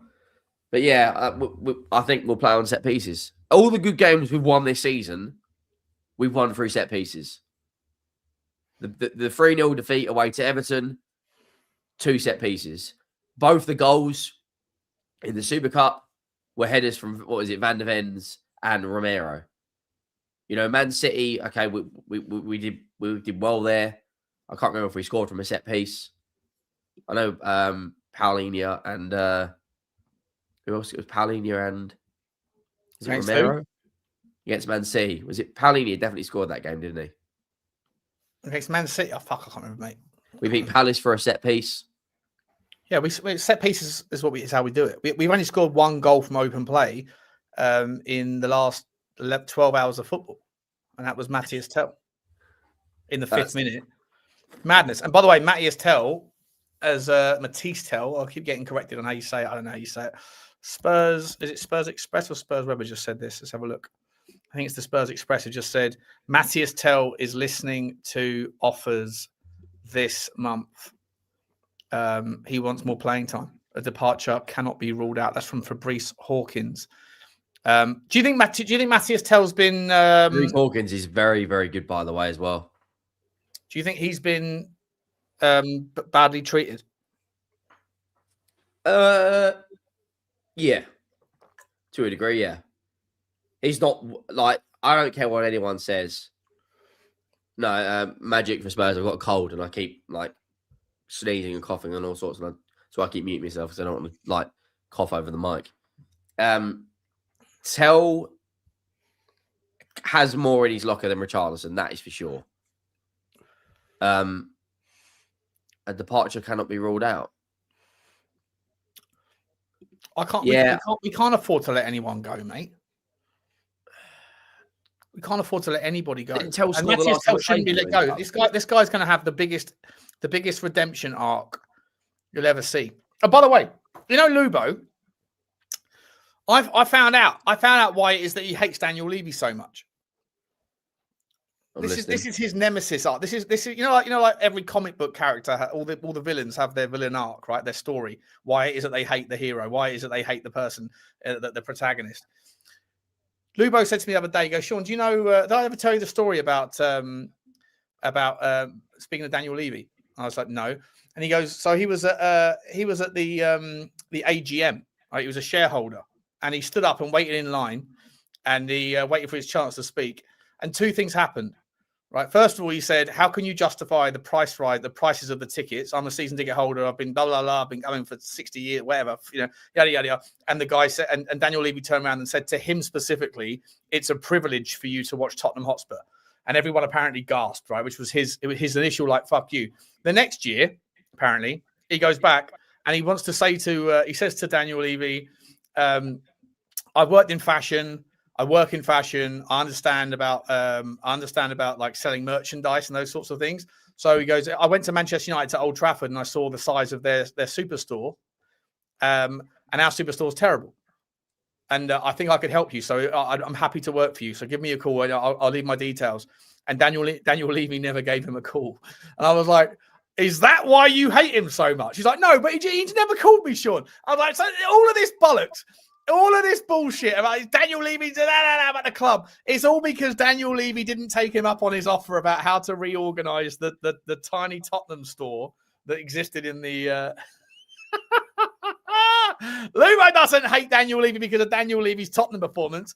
He hates him because Daniel Levy didn't take him up on his offer to reorganise the Tottenham store back in the old day. It's personal. It's personal.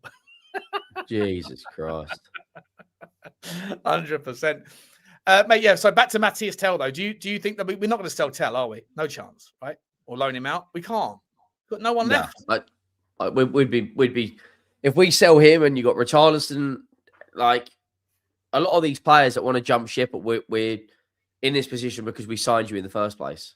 If we sell Tel and Richalison, we've got to bring in, the way I see it is, we've got to bring in this window a left back, a central midfielder, and two forwards. We need two forwards. I think we need three forwards at the moment. I mean, Decky's having an injection. Did you hear about the update on Decky? Yeah, I heard it yesterday. What is that? So the update for those of you that haven't heard it is that Thomas Frank said he had an injection last week in his knee. I think there's more to that. And we've got to wait 4 weeks to find out how he settles down. He got injured in May. An injection in his knee last week. What's the injection for? If it's for painkilling, that's not a solution. That's a papering over of the cracks. And why on God's green earth would you let him play if his knee isn't fully fixed? There you go. Look, I just shared it. There you go. 11th of May, 2025, he got injured. Decky's done. And Maddison's done. Maddison's been pushed back, hasn't he, to is it April? Well, Maddison's not going to play this year. I don't even know if Decky's going to play this year. Early May. He's not going to play. Early May.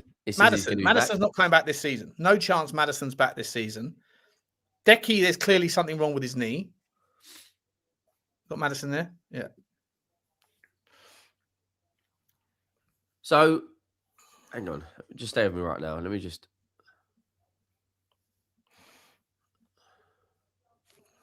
So currently we've got Udogie, Maddison, Kulusevski, Solanke, Kudus, Berghvall, Bentancur, Bissouma, Sarr,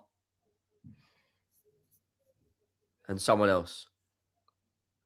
Berghvall. So we've got 9 players out of our 25-man squad who are unavailable for the FA Cup game against Villa. Like, where is Solanke? He's back on the grass, apparently. This is the most baffling one. That we were told he was going to be out for 5 weeks. Mate, I don't know what to say about the whole thing. The whole thing's ridiculous. We're about to sign our first signing, and that guy is someone that's been out for the majority of the last 2 years.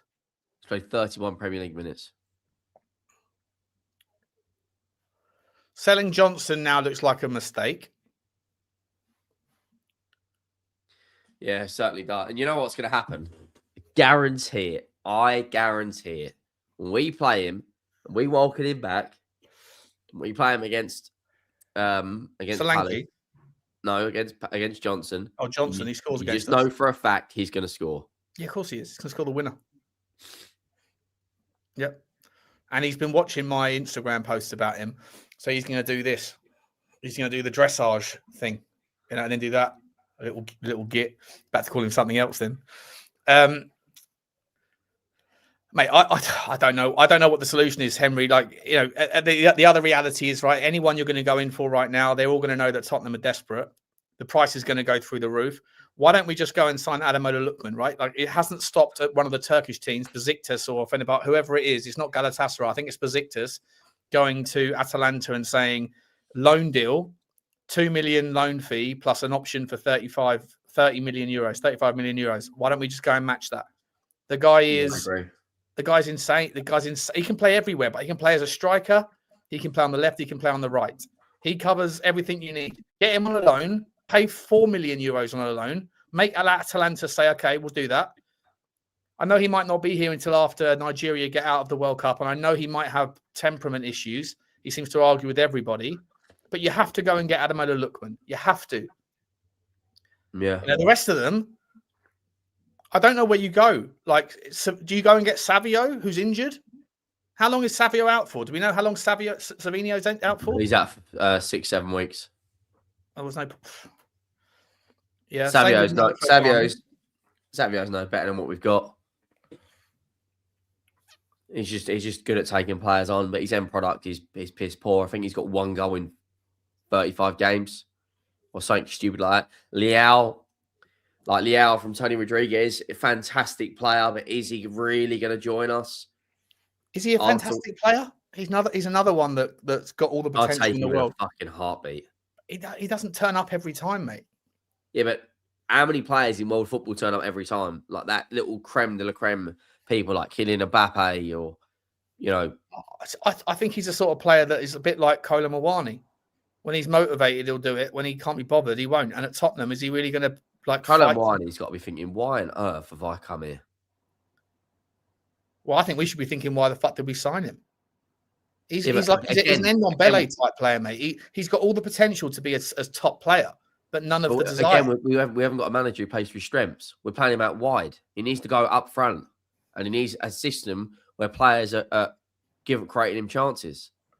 He has to run down the channels like a dog every game. Nigeria are out. Didn't know that, Foxy. Big up to you, Foxy. They're still in AFCON at the moment, though. Oh, sorry. They're eliminated from the World Cup. Sorry, I'm talking about the AFCON. Sorry. Yeah, they're still in the AFCON? They're in the last 8, aren't they? Yeah. So it's Mali, Senegal, Algeria, Nigeria, Cameroon, Morocco, and Egypt, Ivory Coast, or Côte d'Ivoire. Would you take the geezer from City, Mamouche? He's never going to come to us, though, is he? I would in a heartbeat. Diamonde, again, another fantastic youngster at Leipzig, Ivory Coast. He's got 6 goals and I think 6 goals and 5 assists in all comps this season. We're linked with him. Arsenal, Bayern Munich, Chelsea, Liverpool, City. Everyone's linked to him. Go and put the 55 million euro on the table while he's currently on international duty. So the minute he gets back, again, I said Ndiaye earlier from Everton. There's players out there, but we're on our arse. Like, what the fuck are we doing? We're going to sign an 18-year-old left back who's never played in Europe before. Like, he's going to take a year to acclimatise. Yeah, he won't be ready. Not at all. And you know what? He'll come and he'll be forced to play early. He'll get 25 minutes. He'll make a mistake, and everyone goes, "Oh, for fuck's sake!" Yeah, why have we signed him? Or worse, he'll play 25 minutes and get injured. Also, he's probably never felt a cold day in his entire life. You know, I don't know what the climate's like in wherever Santos is, but he's not the sort of guy that's going to be used to the English winter, is he? But no. Mate, do you think? Sorry, Henry, I've got to ask you this question. I've got to run for a wee, mate. I'm absolutely busting. Yeah, so I need a win all. Oh, okay. I'll go first. And you can't. Let me just hang on for 10 seconds. I'll be back. Yeah, no worries. Who's injury prone? What, Diamande? Things are getting warmer next month. I'll tell you what, the cold. I've had a cold since Boxing Day, right? Which is the best part of 2 and a bit weeks, and I can't seem to get rid of it. It's driving me nuts. Right, we are only 16 subs of 8.1k people. So if anyone wants to subscribe, that would be greatly appreciated. What's everyone saying in the chat? There's 1,100 people in here. Get on Spurs 5 next. Yeah, potentially. Hey, Henry, thoughts on Udogie? Also, Leipzig want 100 mil for Diamande. Got to pay it. That's euros, though, isn't it? So that's about what, 85 million pounds. But like we're linked with that flipping Porto striker for 85 million euros. Yeah, I don't want him. How much is your Tottenham Street sign? This. I actually can't remember who I got this from. I think my mum got me this. Good, though, isn't it? It would look nice if you put it on the fucking wall. Well, I want to decorate this room, and at the moment, it's all a bit. You've been talking about decorating the wall. That's nice. Yeah, where'd you get that from? Okay, Jersey. No, I got it from where did I get it from? I probably got it off the website. You put a bit of weight on there, Henry. Christmas has been very nice to me, mate. I've lost 7 pounds in the last 9 days. Have you? Yeah. Look at the size of me. I gotta fucking do something. Well, I'm down 1.5 stone now, mate. 1.5 stone since the peak. You know, 19 stone 2 on November the 28th, I think it was, and I'm now 17 stone 9. So I'm working it down. Let's get under 15 stone. Yeah, it's good. Yeah. I went to the darts twice throughout December, and I don't know if anyone's ever been to the darts. It is carnage. Is it good fun? Basically, it's the absolute bollocks. And I got that excited into the darts that I went and actually bought myself a dartboard. Yeah, I reckon dartboards have a massive amount of Christmas sales every year. Any go in price darts? Any bond? Any good? Oh, mate, if anyone who likes darts, it's so good. Like, no, it's like you. Are you any good at darts? I'm absolutely toilet. There you go, double 10 straight away. meant to hit 20, but yeah. You're like, oh, double 10. That's old. That's Luke Littler. That's it. That's what I am. I'm Luke Shitter instead. Yeah, nice. What was I going to say to you? Do you know, I think I'm heavier than even despite my weight loss. I think I'm still probably on the weigh-in. I'd still be less than Anthony Joshua, or more than Anthony Joshua, who's 6 or 7 inches, 7 inches taller than me, and you can throw a thing or two. Hey, let me. We'll listen. Go for a wee, mate. Go for a wee, and I'll we'll round up when you get back. Appreciate it. Sean, are you excited about Vuskovic next season? I don't even know if he'll come back, mate. I think he's looking at Tottenham right now, going, "Yeah, I don't fancy a new contract there. More than happy to be sold." And how tall am I? I'm 6'1", mate. 6'1". Yeah, I'm a big fella, but it's coming down though. It's coming off. Yeah, I'm a big lad. Big lad, but need to be smaller. Need to get down the gym. Anyway, what we saying, people? What we saying? Put your score predictions into the chat for the Villa game. Let us know your thoughts on that one. I'll be back later on. As long as my energy levels sustain, I'll be back this evening or later on this afternoon for a fan phone-in show. I said I would do that as long as I can get my energy levels up, because I'm smashed right now and really struggling. But it is what it is. 3-0 says Eddie. Eddie's. Big up to you, mate.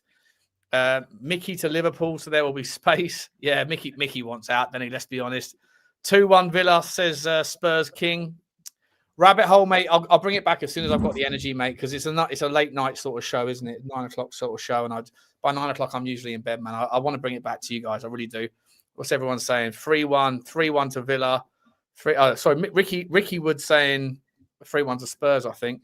But Tot Spurs is saying 3-0. What's his score predictions? Yeah, score predictions. What are you saying? If Villa go full strength, 2-0 Villa. If they don't go full strength and we play our full strength, I think it's gonna be very, very, very, very close. If they drop Watkins and Rodgers, we got a chance. If both of them play, nah, I don't see it. I don't see it at all. They're on. I think they've lost on their current form. I think they've lost one of their last. Is it 15? Yeah, it's madness, mate. Absolute madness. Home and away. We're not going to win. We're not going to win. And there's no replay, is there? It's just penalty. Is it penalties straight away? Yeah. Someone said Dragoon to Roma. Is that happening? Full week off, rest next week, so we should go full strength. Yeah, but our full we haven't got there's no chance to we have our strongest team tomorrow is going to be the back four pick itself. It'll be Spence, Porro, the two in the middle do. The two in the middle pick themselves. We've only got two midfielders. It'll be Palhinha. What I think we should do is go Palhinha and Archie Gray. Moani up front. Xavi in the 10. Odegaard and Tel. Yeah. And just fucking Thomas Frank's just got to say, just go at them. Have a go. Just go at them. Because let's be honest, what have we got to lose? Our entire season is on tomorrow in terms of playing for silverware. We're miles away from doing anything in the league or the Champions League. We're already out of the League Cup. We have to go for the FA Cup. And Thomas Frank has got to say, this is where because if we beat Villa tomorrow, I believe we'll then go on and beat West Ham. Yeah. But if we lose tomorrow, we're fucked. Do you think that last question for you, Matt, on this one. I didn't think that we played that badly against Bournemouth. Right? I thought it was our best performance for weeks. For a long time. Maybe even months, right? But yet, it wasn't, even though we lost the game in the last minute, the fan base, the away fans was like, fuck you, boo, fighting with the fat players.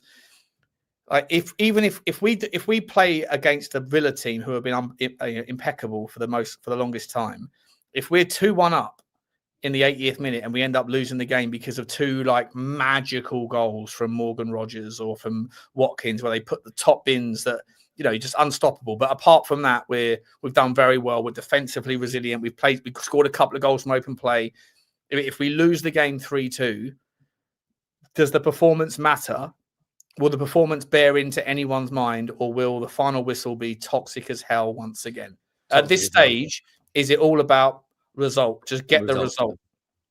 He needs a result. I don't think anyone would give a shit if we won on penalties tomorrow.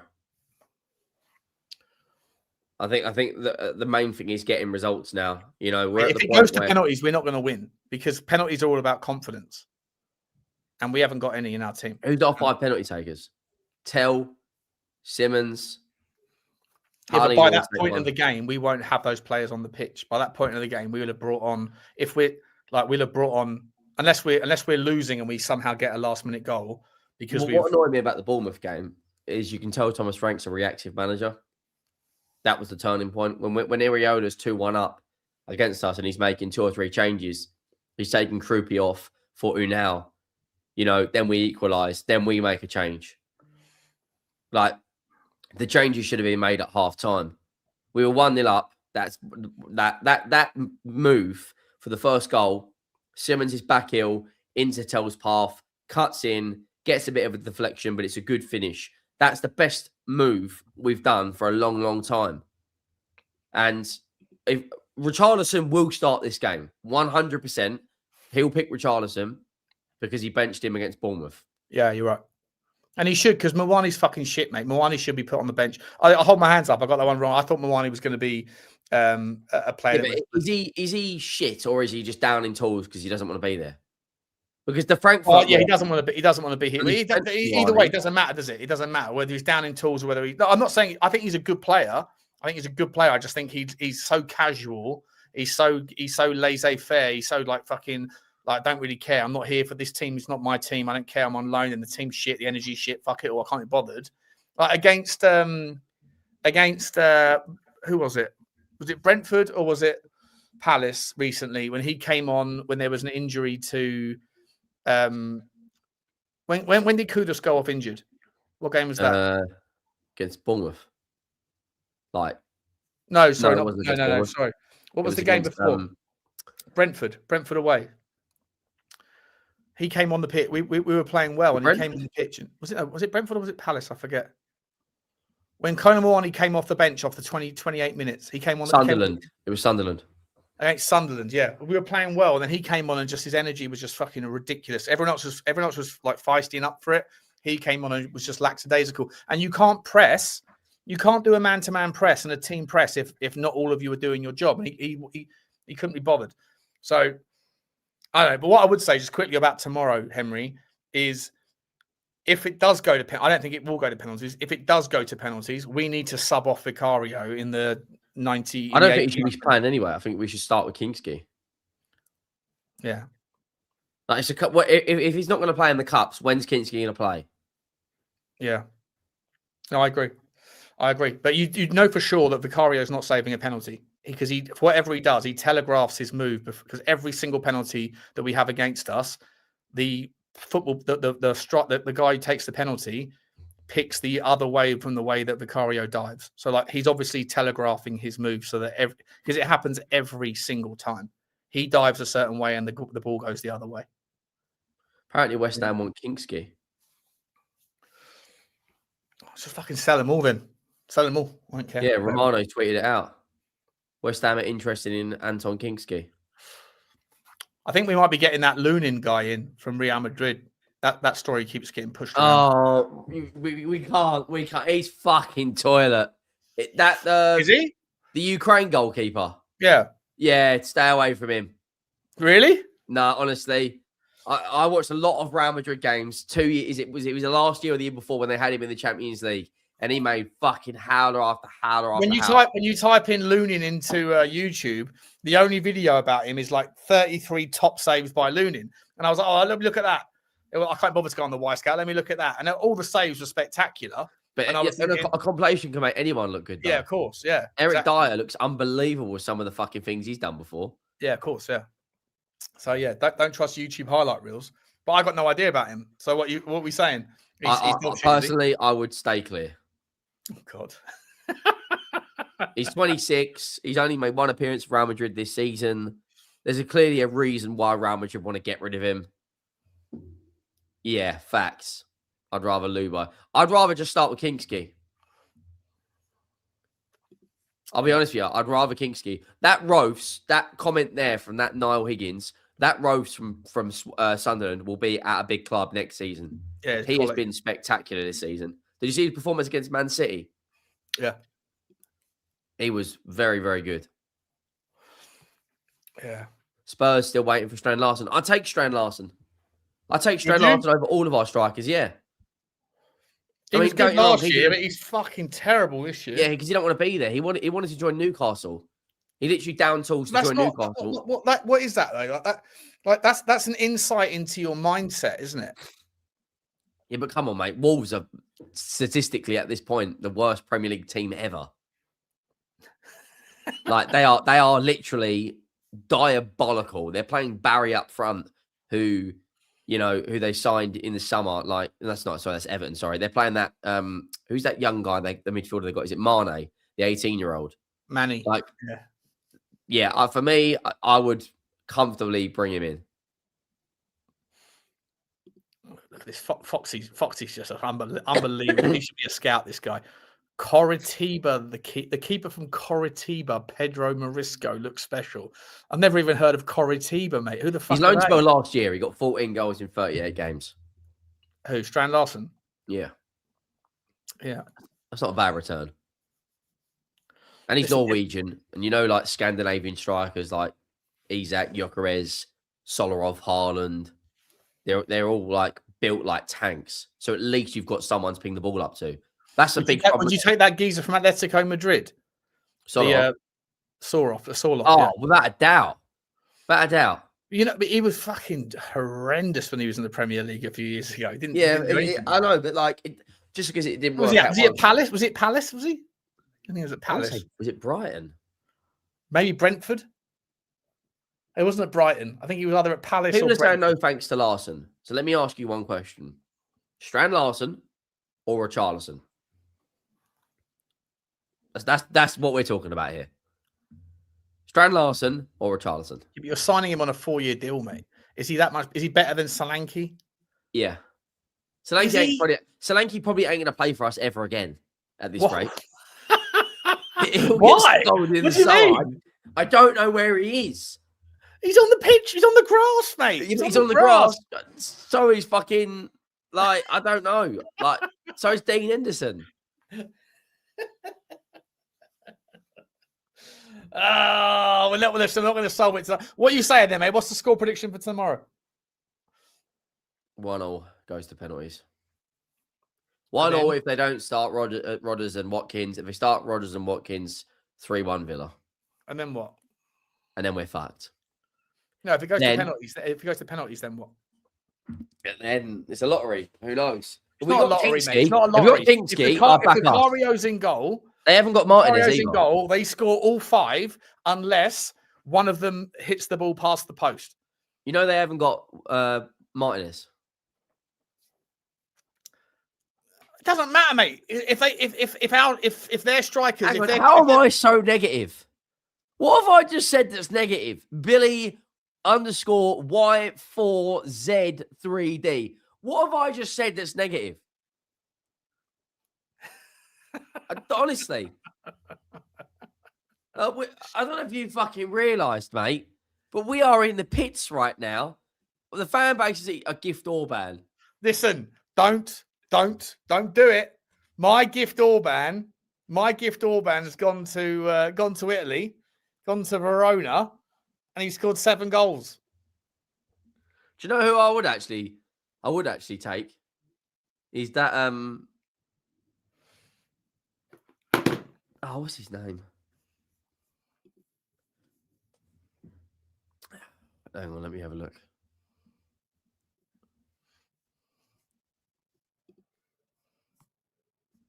Is it Forest he plays for? No.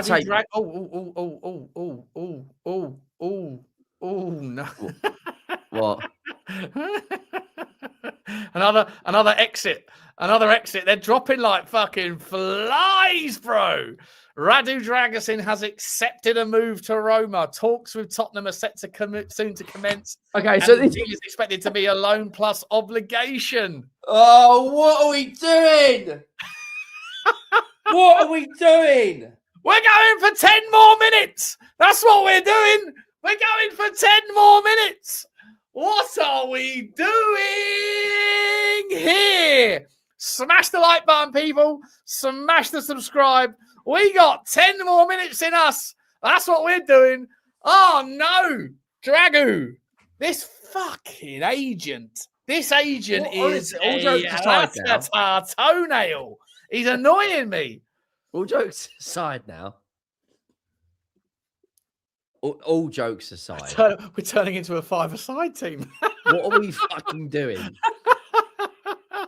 Oh, yeah, It's not even wow. funny at this point. We're going to have 15 players for the West Ham game.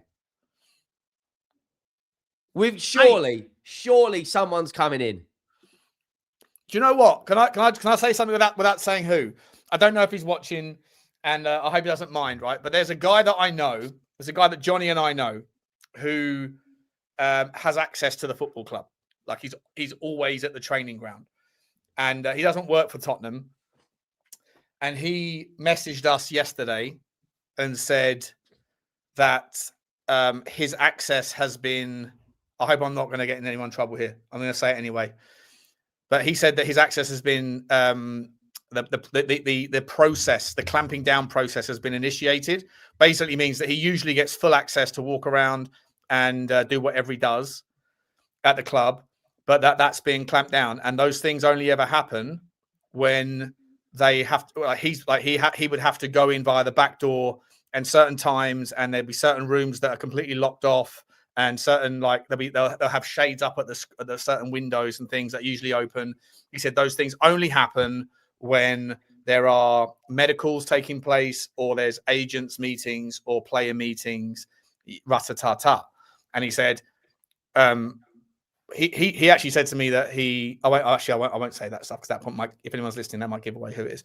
But he basically said that yesterday was complete on full lockdown, which would basically mean that there was a medical taking place. And I said, does that mean Souza?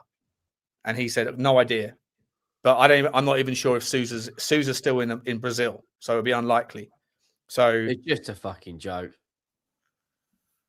Honestly, at this point, it is an absolute joke. It might be Souza, Will. It might be Souza. But as far as I'm aware, all Souza said is, can I not be put into the team in Santos for the weekend? So that would suggest that he's still in Brazil. So it might be someone else. But yeah, when those protocols are put in place, it basically means that anyone that's not a part of Tottenham that hasn't signed NDAs or whatever else, they don't get to see. They get locked off from certain access. So if there was a medical yesterday, I don't know. Hang on. We're going to run out in our all white kit tomorrow against Aston Villa and get fucking humiliated in it. Mate, who does Dragusin think he is, bro? Who does he think he is? He's been out injured, picking up 85 grand a week for the last 10 months. He's finally fit, and he says, and his agent's saying, if I'm not playing, then let me go. Like, who the fuck do you think you are? You weren't even, you were shit. You were shit last year in the Ange system. And I know the Ange system is crazy high line, but he hasn't earned his way back in. Danzo hasn't got a first team spot. And Danzo hasn't really put a foot wrong too often. Am I wrong? I'm just like, who the fuck does Dragusin think he is? Or his agent? Who does he think he is? I think his agent literally, it's his only like premium player. And so the only way that the agent keeps getting paid is to keep talking up moves and stuff. Oh, hang on. I'll call that person, mate. Crack on. Someone's saying Paul O'Keefe is... Paul O'Keefe is... I need to jump off, mate. I got to make a call quickly. Love you, mate. Appreciate you, Henry. Thanks so much. I'll send it to your link, yeah? Yeah, we'll do, mate. Cheers, mate. Appreciate you, buddy. Great. Bye. See you, mate. What are we doing here, people? What are we doing here? What are we doing here? I'm only here for a few more minutes, but like, I don't know. Paul O'Keefe says the Dragusin isn't leaving. Yeah, I don't know that Paul O'Keefe. He was wrong all summer. He's wrong all summer, that donut. And he blocked me, so he's a proper donut. You know, there's no love lost here. That bun on his head is too tight. Yeah. Dragusin is a beast. Is he? Is he? I think he would do well. I actually think he would do well in a Tottenham team under Frank. I think it would suit his style. But if he's sitting there, thinks he can be out injured for 10 months, and then as soon as he's back on, as soon as he's gone through his like a couple of days of training with the players, I better be playing or fuck you, I want to leave. I don't know who the guy thinks he is. Good riddance to him. Who wants to go? Yeah, Paul blocked me on live stream, didn't he? Remember that? He was watching he was watching me. I mean, I don't know what happened. I think from memory, I'd pulled up his profile page because he had something. He was saying something, and then there was like 4 people in the chat, and then we were trying to get to I was trying to talk about the thing that he was on his screen, but there was an argument going on between people that were on the live stream, and then all of a sudden, it just popped up. Paul O'Keefe blocked you. I don't even know the guy. I don't even know him. So he blocked me. So fuck him, and fuck his links. You know, that's how I feel. Donut. But anyway, like it's personal, Sean. Yeah, 100% Tango. Yeah, 100%. 100%. He was wrong all summer, though. He was wrong all summer. Lest we forget. As I bring up the Brennan Johnson. Twitter beef. Big up to Henry for coming on. He's making his debut. He wanted to come back into the Tottenham community. I reckon he was like, let me go into some sort of gentle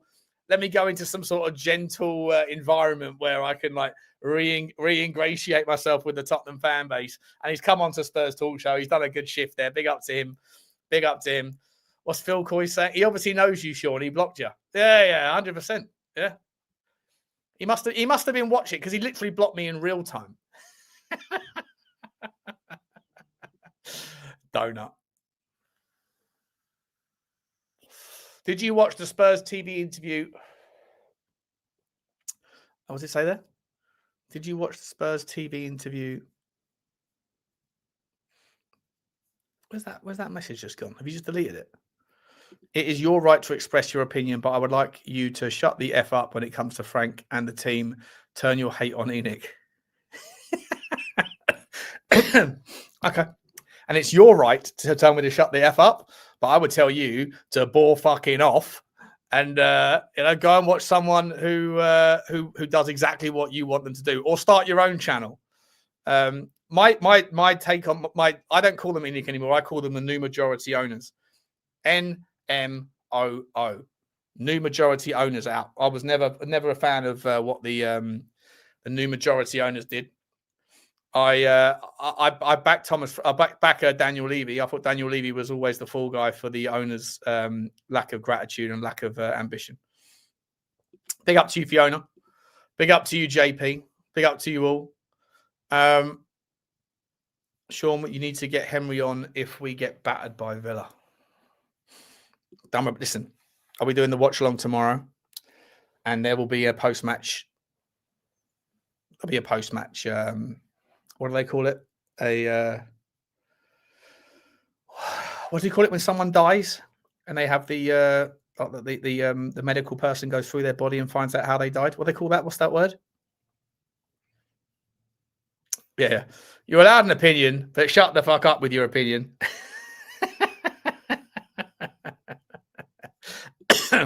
This channel is not for everybody. Post-mortem. Big up to you. Look at you guys. Post-mortem.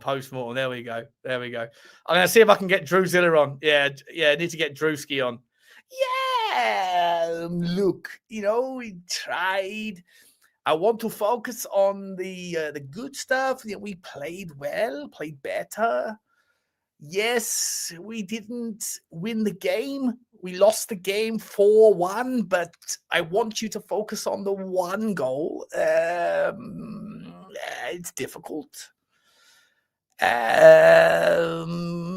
Try harder, better. The autopsy. That's it. The autopsy and the post-mortem. Hi, Sean. How are you? Don't worry about the troll. I don't care about the trolls, mate. I'm used to the trolls, bro. Used to the troll skis. What are we doing here? Cheers for the stream. Why does everyone think I'm finished? Everyone's saying see you later. But I'm not done yet. Let's keep going. Shall we keep going? Should we turn this into an accent game? La-ta-ta-ta-ta-ta-ta-ta-ta-ta.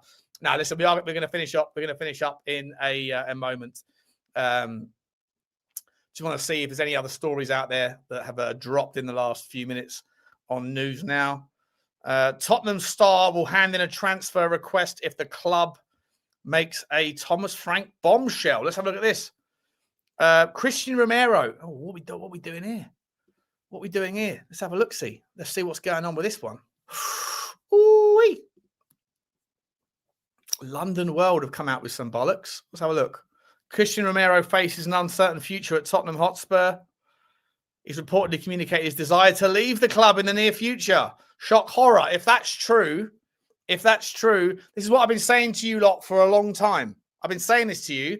You need to always challenge the narrative, right? Question the protagonist's motivation. Why is it that he called out the board? Well, maybe it's just because he's had enough and he wants to get the same sort of outcomes that all of the managers get when they call out the board, which is basically a sacking. He's not going to get sacked, but he might get a transfer request. He's just signed a new contract, though. Listen, I know everyone wants to be like, my captain, but in reality, has he really put in a shift this season? Has he been that great? Was he, to some degree, responsible for what happened at the end of the game with the Semenyo strike? I think so. I think he didn't track it down at all. I think there's plenty of examples of that this season. You won't find any fans of top teams in the Premier League that rate him as much as Tottenham fans do. I think he needs to shut the fuck up. And remember, he's the captain of our football club. He might be saying things that you agree with, but whether or not it's a mechanism, he's engineering a move, engineering an outcome that he wants or that his agent wants because he has buyer's remorse from the contract signing that took place in the summer. That is part of the discourse. It's part of the discourse, and it's something you shouldn't overlook. And has he really been the captain? Has he really shown captaincy of top draw material? Could we not do better? Has Kevin Danso really underperformed relative to Romero this season? I'm not sure. But yet Kevin Danso has to play second fiddle. Ben Davies hasn't played a single minute this season in the Premier League, hasn't started a game, comes in against Sunderland, was a breath of fresh air. Straight back onto the bench. Is it a meritocracy or is it a status contest? I don't know. I think that Christian Romero needs to shut the fuck up.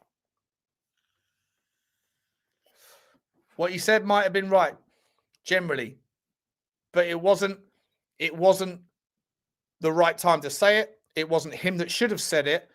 And he's talking about the fact after moments like this, where you just lose a 3-2 game that could have gone either way, where you put in your best performance of the week of the last couple of months. And he's saying it should be the leaders that talk, the owners. Where else do you find owners that talk about the club after a loss? He's just another donut who can't control what's between his ears. He's erratic, irrational. Sorry, just my thoughts. What he said might not have been that far from the truth in terms of the owners need to put up some ambition. 100%, I don't disagree. But it's not his place to say that. He's the captain of the football club. This is his badge. He's the one who should be wearing it. Where is he for the post-match interviews? The geezer thinks he's better than he is. He thinks he's top fucking draw. And he doesn't put in the shifts that he does for Argentina for Tottenham consistently enough. It's just my take. You can disagree all you want. I'm sure you will. But, you need people to be pulling in the same direction. And he's pulling in the direction of Christian Romero, not of Tottenham Hotspur. But it's conveniently dressed up as... And you've got people like Pedro Porro that say the same thing. And Richalison. Right? Pedro Porro, who's conveniently forgetting the fact that he's put in an absolute shit show all season. Right? He's been absolutely toilet all season, Pedro Porro. Well off his best. The vast majority of goals that we concede attack his side. His only real skill set is on the ball, but he's been dog shit with the ball at his feet. And yet he's arguing with the fans. He's the guy that had a crack at Lucas Berghvall when Berghvall was going to go and support and go and applaud the fans. And Pedro Porro was trying to say, don't do it. Don't do it. He's the guy that liked Romero's tweet or liked Romero's Instagram post. Pedro Porro, the guy that's been like fucking useless all season. And Richalison, the other guy that likes that post and now apparently wants out. Richalison thinks he's too good for us. That donut, who's been absolutely toilet for the last 4 years and has cock-blocked any move because he thinks that the Premier League is the right level for him. And by the way, sorry, I want to show you this. I've been saying to you guys for ages. Fuck, I thought I was going to finish, but you know what? I'm not finished. I've got to only go on a rant right now. Let's have a look at this, right?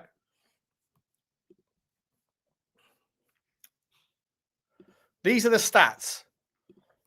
Look at these stats. This tells a tale. It tells a story that I've been trying to say to you guys for ages. How do I get this up properly? Total, is it on the screen? Yeah, it's on the screen. Right? Total attempts, total attempted crosses this season. Number 1 in the Premier League, Pedro Porro, 131. Number 2 in the Premier League this season, Mohamed Kudus, 122. Okay? So our entire right-hand side has crossed the ball more than any other right-hand side in the Premier League. Why?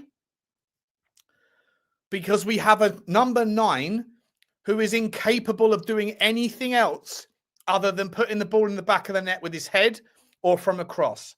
He's outperformed for the first time in his entire tenure at Tottenham Hotspur and now thinks he's better than the fucking football club. Let's look at the next bit. Total crosses and corners made which do not find a teammate. Who's number 1 and number 2? Pedro Porro and Mohamed Kudus. Look at this data set. Look at that. The only thing that our right wingers do is whip the ball in. Why? It's to find a set piece which falls at the head of the tactics of the manager, or it's because Richalison can't receive the ball to his feet. And Pedro Porro is the number 1 at attempted crosses that don't find their intended target and attempted corners that don't find their intended target. And number 2 is Mohamed Kudus. Now, my gripe here isn't about Kudus because he's kept his mouth shut. But Pedro Porro's the guy that told Berghvall to not applaud the fans. He's also the guy that supported Romero's chastising of the football club. And he's the guy that looks furious when his performance has been shit all year. Absolutely shit. I mean, part of the reason is because his crosses, he's got 122 attempts and 106 of them haven't found it. He's got an 85% failure rate at crossing the ball into a guy whose literally his only good facet of his game is getting on the end of corners.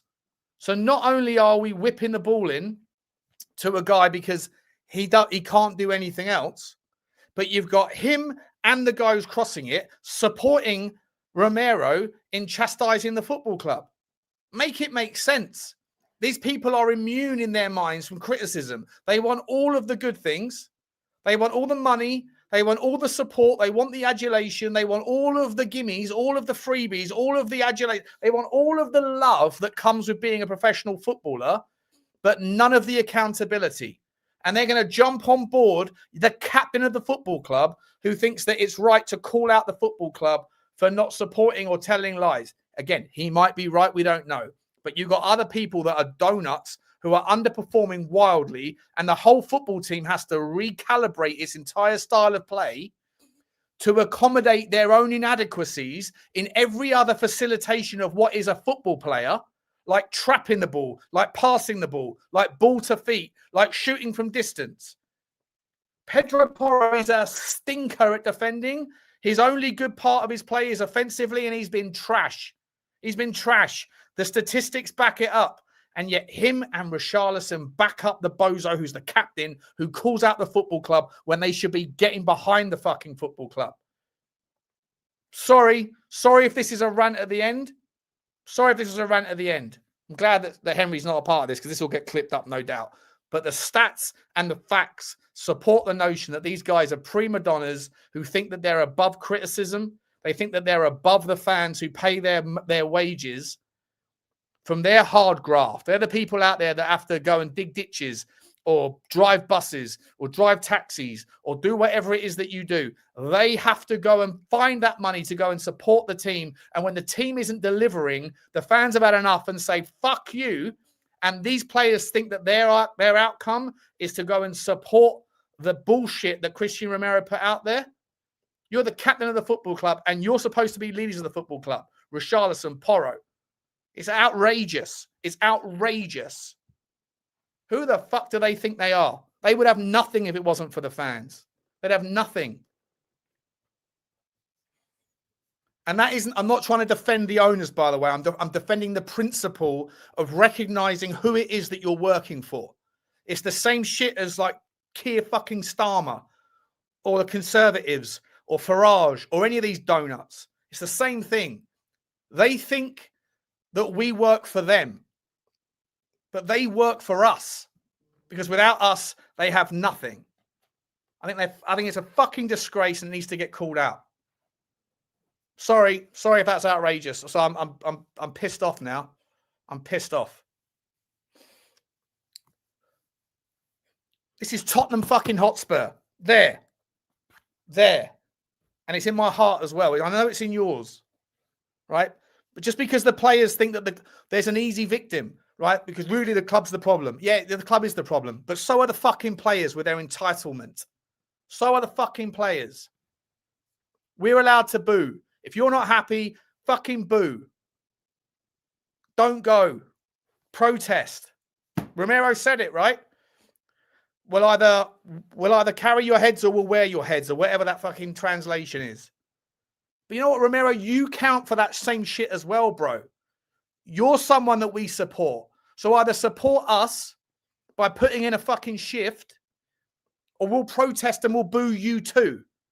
Right? That phrase that he used, let me find it again. That phrase that he used, it's not just about the owners. It's about the players as well. It's about the players as well, because that's who we're supporting. That's who we're giving our trust to. All of them. All of them. Yes, Daniel Levy had his faults. Yes, ENIC, a fucking greedy, dirty git who aren't back in the team. Yes, Thomas Frank. Right? Thomas Frank isn't playing football and he defends himself by reminding us of where we were last year because he wants to protect himself. They are all culpable for protecting their own inadequacies, for their own ineptitude. They are all culpable for pissing us off, and yet they're all doing the Superman meme. They're all saying, it's not me, it's you. No, it's all of you. It's all of you. Fix up or fuck off. Drag us in, you want to go? Fuck off. Micky van der Ven, you don't want to sign a new contract? Wish you would, bro, because you're the best we've got. But if you don't want to be here, fuck off as well. Romero, you don't want to be here? You can fuck off. Porro, you're no loss, bro. Fuck off. Thomas Frank, you don't like it? Fuck off. And to anybody in the fan base who tells you that you're not allowed to be angry, and there's some of them out there, feel what you want to feel, say what you want to say, because you know what? The world's changing and free speech isn't allowed anymore. Whilst it exists, say what the fuck you want, people. Feel how you want to feel. Football is about emotion. And you spend a lot of money supporting this club. And you spend a lot of money and time supporting my channel, and I really appreciate you. And I love you. I love you to pieces. Love you all. Thank you so much for all of your support. And the last super chat of the day is Real Nate. He said, hot take. For me, who shows passion and leadership is Palhinha. 100%, mate. Did you see his reaction when he scored that goal? He should be the fucking captain. He should be the captain. But you can't make Aloni a captain. But that's why you signed him, because you need players like him. He's at 31. He appreciates how much time is left on his clock. He doesn't think he's bigger than the club. He wants to elevate the club. People that don't get him, they're missing the trick. You're looking at the things that he can't do on the football pitch and not thinking about the things that he can. Palhinha is an absolute monster. Yes, you get him on a permanent and you put him next to players that can do the things that he can't do and that can't do the things that he can. Anyway, I'd make him a permanent signing and make him captain 6 months in. He's more coys than Cootie. Could not agree more with you, real Nate. Could not agree more with you, mate. Big up to you, bro. Thank you very much for that super chat. I apologize for the rant, people, but like, I get fucked off with it with entitled donuts. You know, I get really pissed off with it. Got Sonny's live super chat as well. Totally with you, Sean. While I agree with Cutie's assessment, it's not helpful at all. Yeah, he might. What he's saying is right, but he's making out like it's not me. It's nothing to do with us. It's them. Nah, it's the fucking Spider-Man meme. You're all culpable. Own your shit. And whilst what you're saying is right, somebody else at the football club like Vinay needs to come out very fucking soon and explain his shit. Because he's right? They only come out when things are good. What you're saying is right, but that doesn't excuse you. It doesn't excuse your side of the game. There's a deal, right? We pay you a lot of fucking money. You wear our badge. We'll cheer your name. We'll celebrate you. You get to live in a lovely house. You get to drive a lovely car. You got a lovely bird. And you ain't got 2 brain cells between your ears, but you get to have all the fucking luxuries of life because you can kick a ball. So focus on kicking a fucking ball and show the passion. And let other people do their shit. Stop worrying about them. We can figure that shit out for ourselves. You worry about you. And right now, you ain't good enough, Cutie. And by the way, Pedro Porro, for doing this or whatever it was on that fucking Instagram post, you're fucking far from free from criticism. And you, Richalison, because you put in 6 months of good form, relatively good form, only because the team are feeding you everything. Where have you been for the last 4 years? 65 million quid. 65 million quid. Remember that as well, bro. I've had enough of it. Oh, I'm sure this is going to get fucking clipped. And anyway, can't wait for the comments on this one. I love you all. I'll be back later on. Big up to everyone. Big up to you. Thank you, Sonny, for the super chat, my man. Appreciate you all, guys. Appreciate to Henry as well. Please get over to Henry's Henry's channel. He's had to go. Let me quickly get this last one in for you. Let me see if I can redirect you to. Let me see if I can get. There's Henry's link. Is there anyone else streaming that I can send you over to? Let's have a look. See.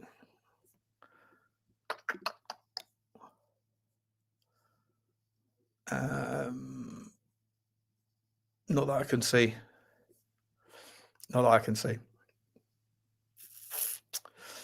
Yeah, sorry, guys. No one I can send you over to. Love you all. Thanks so much for your support, as always, guys.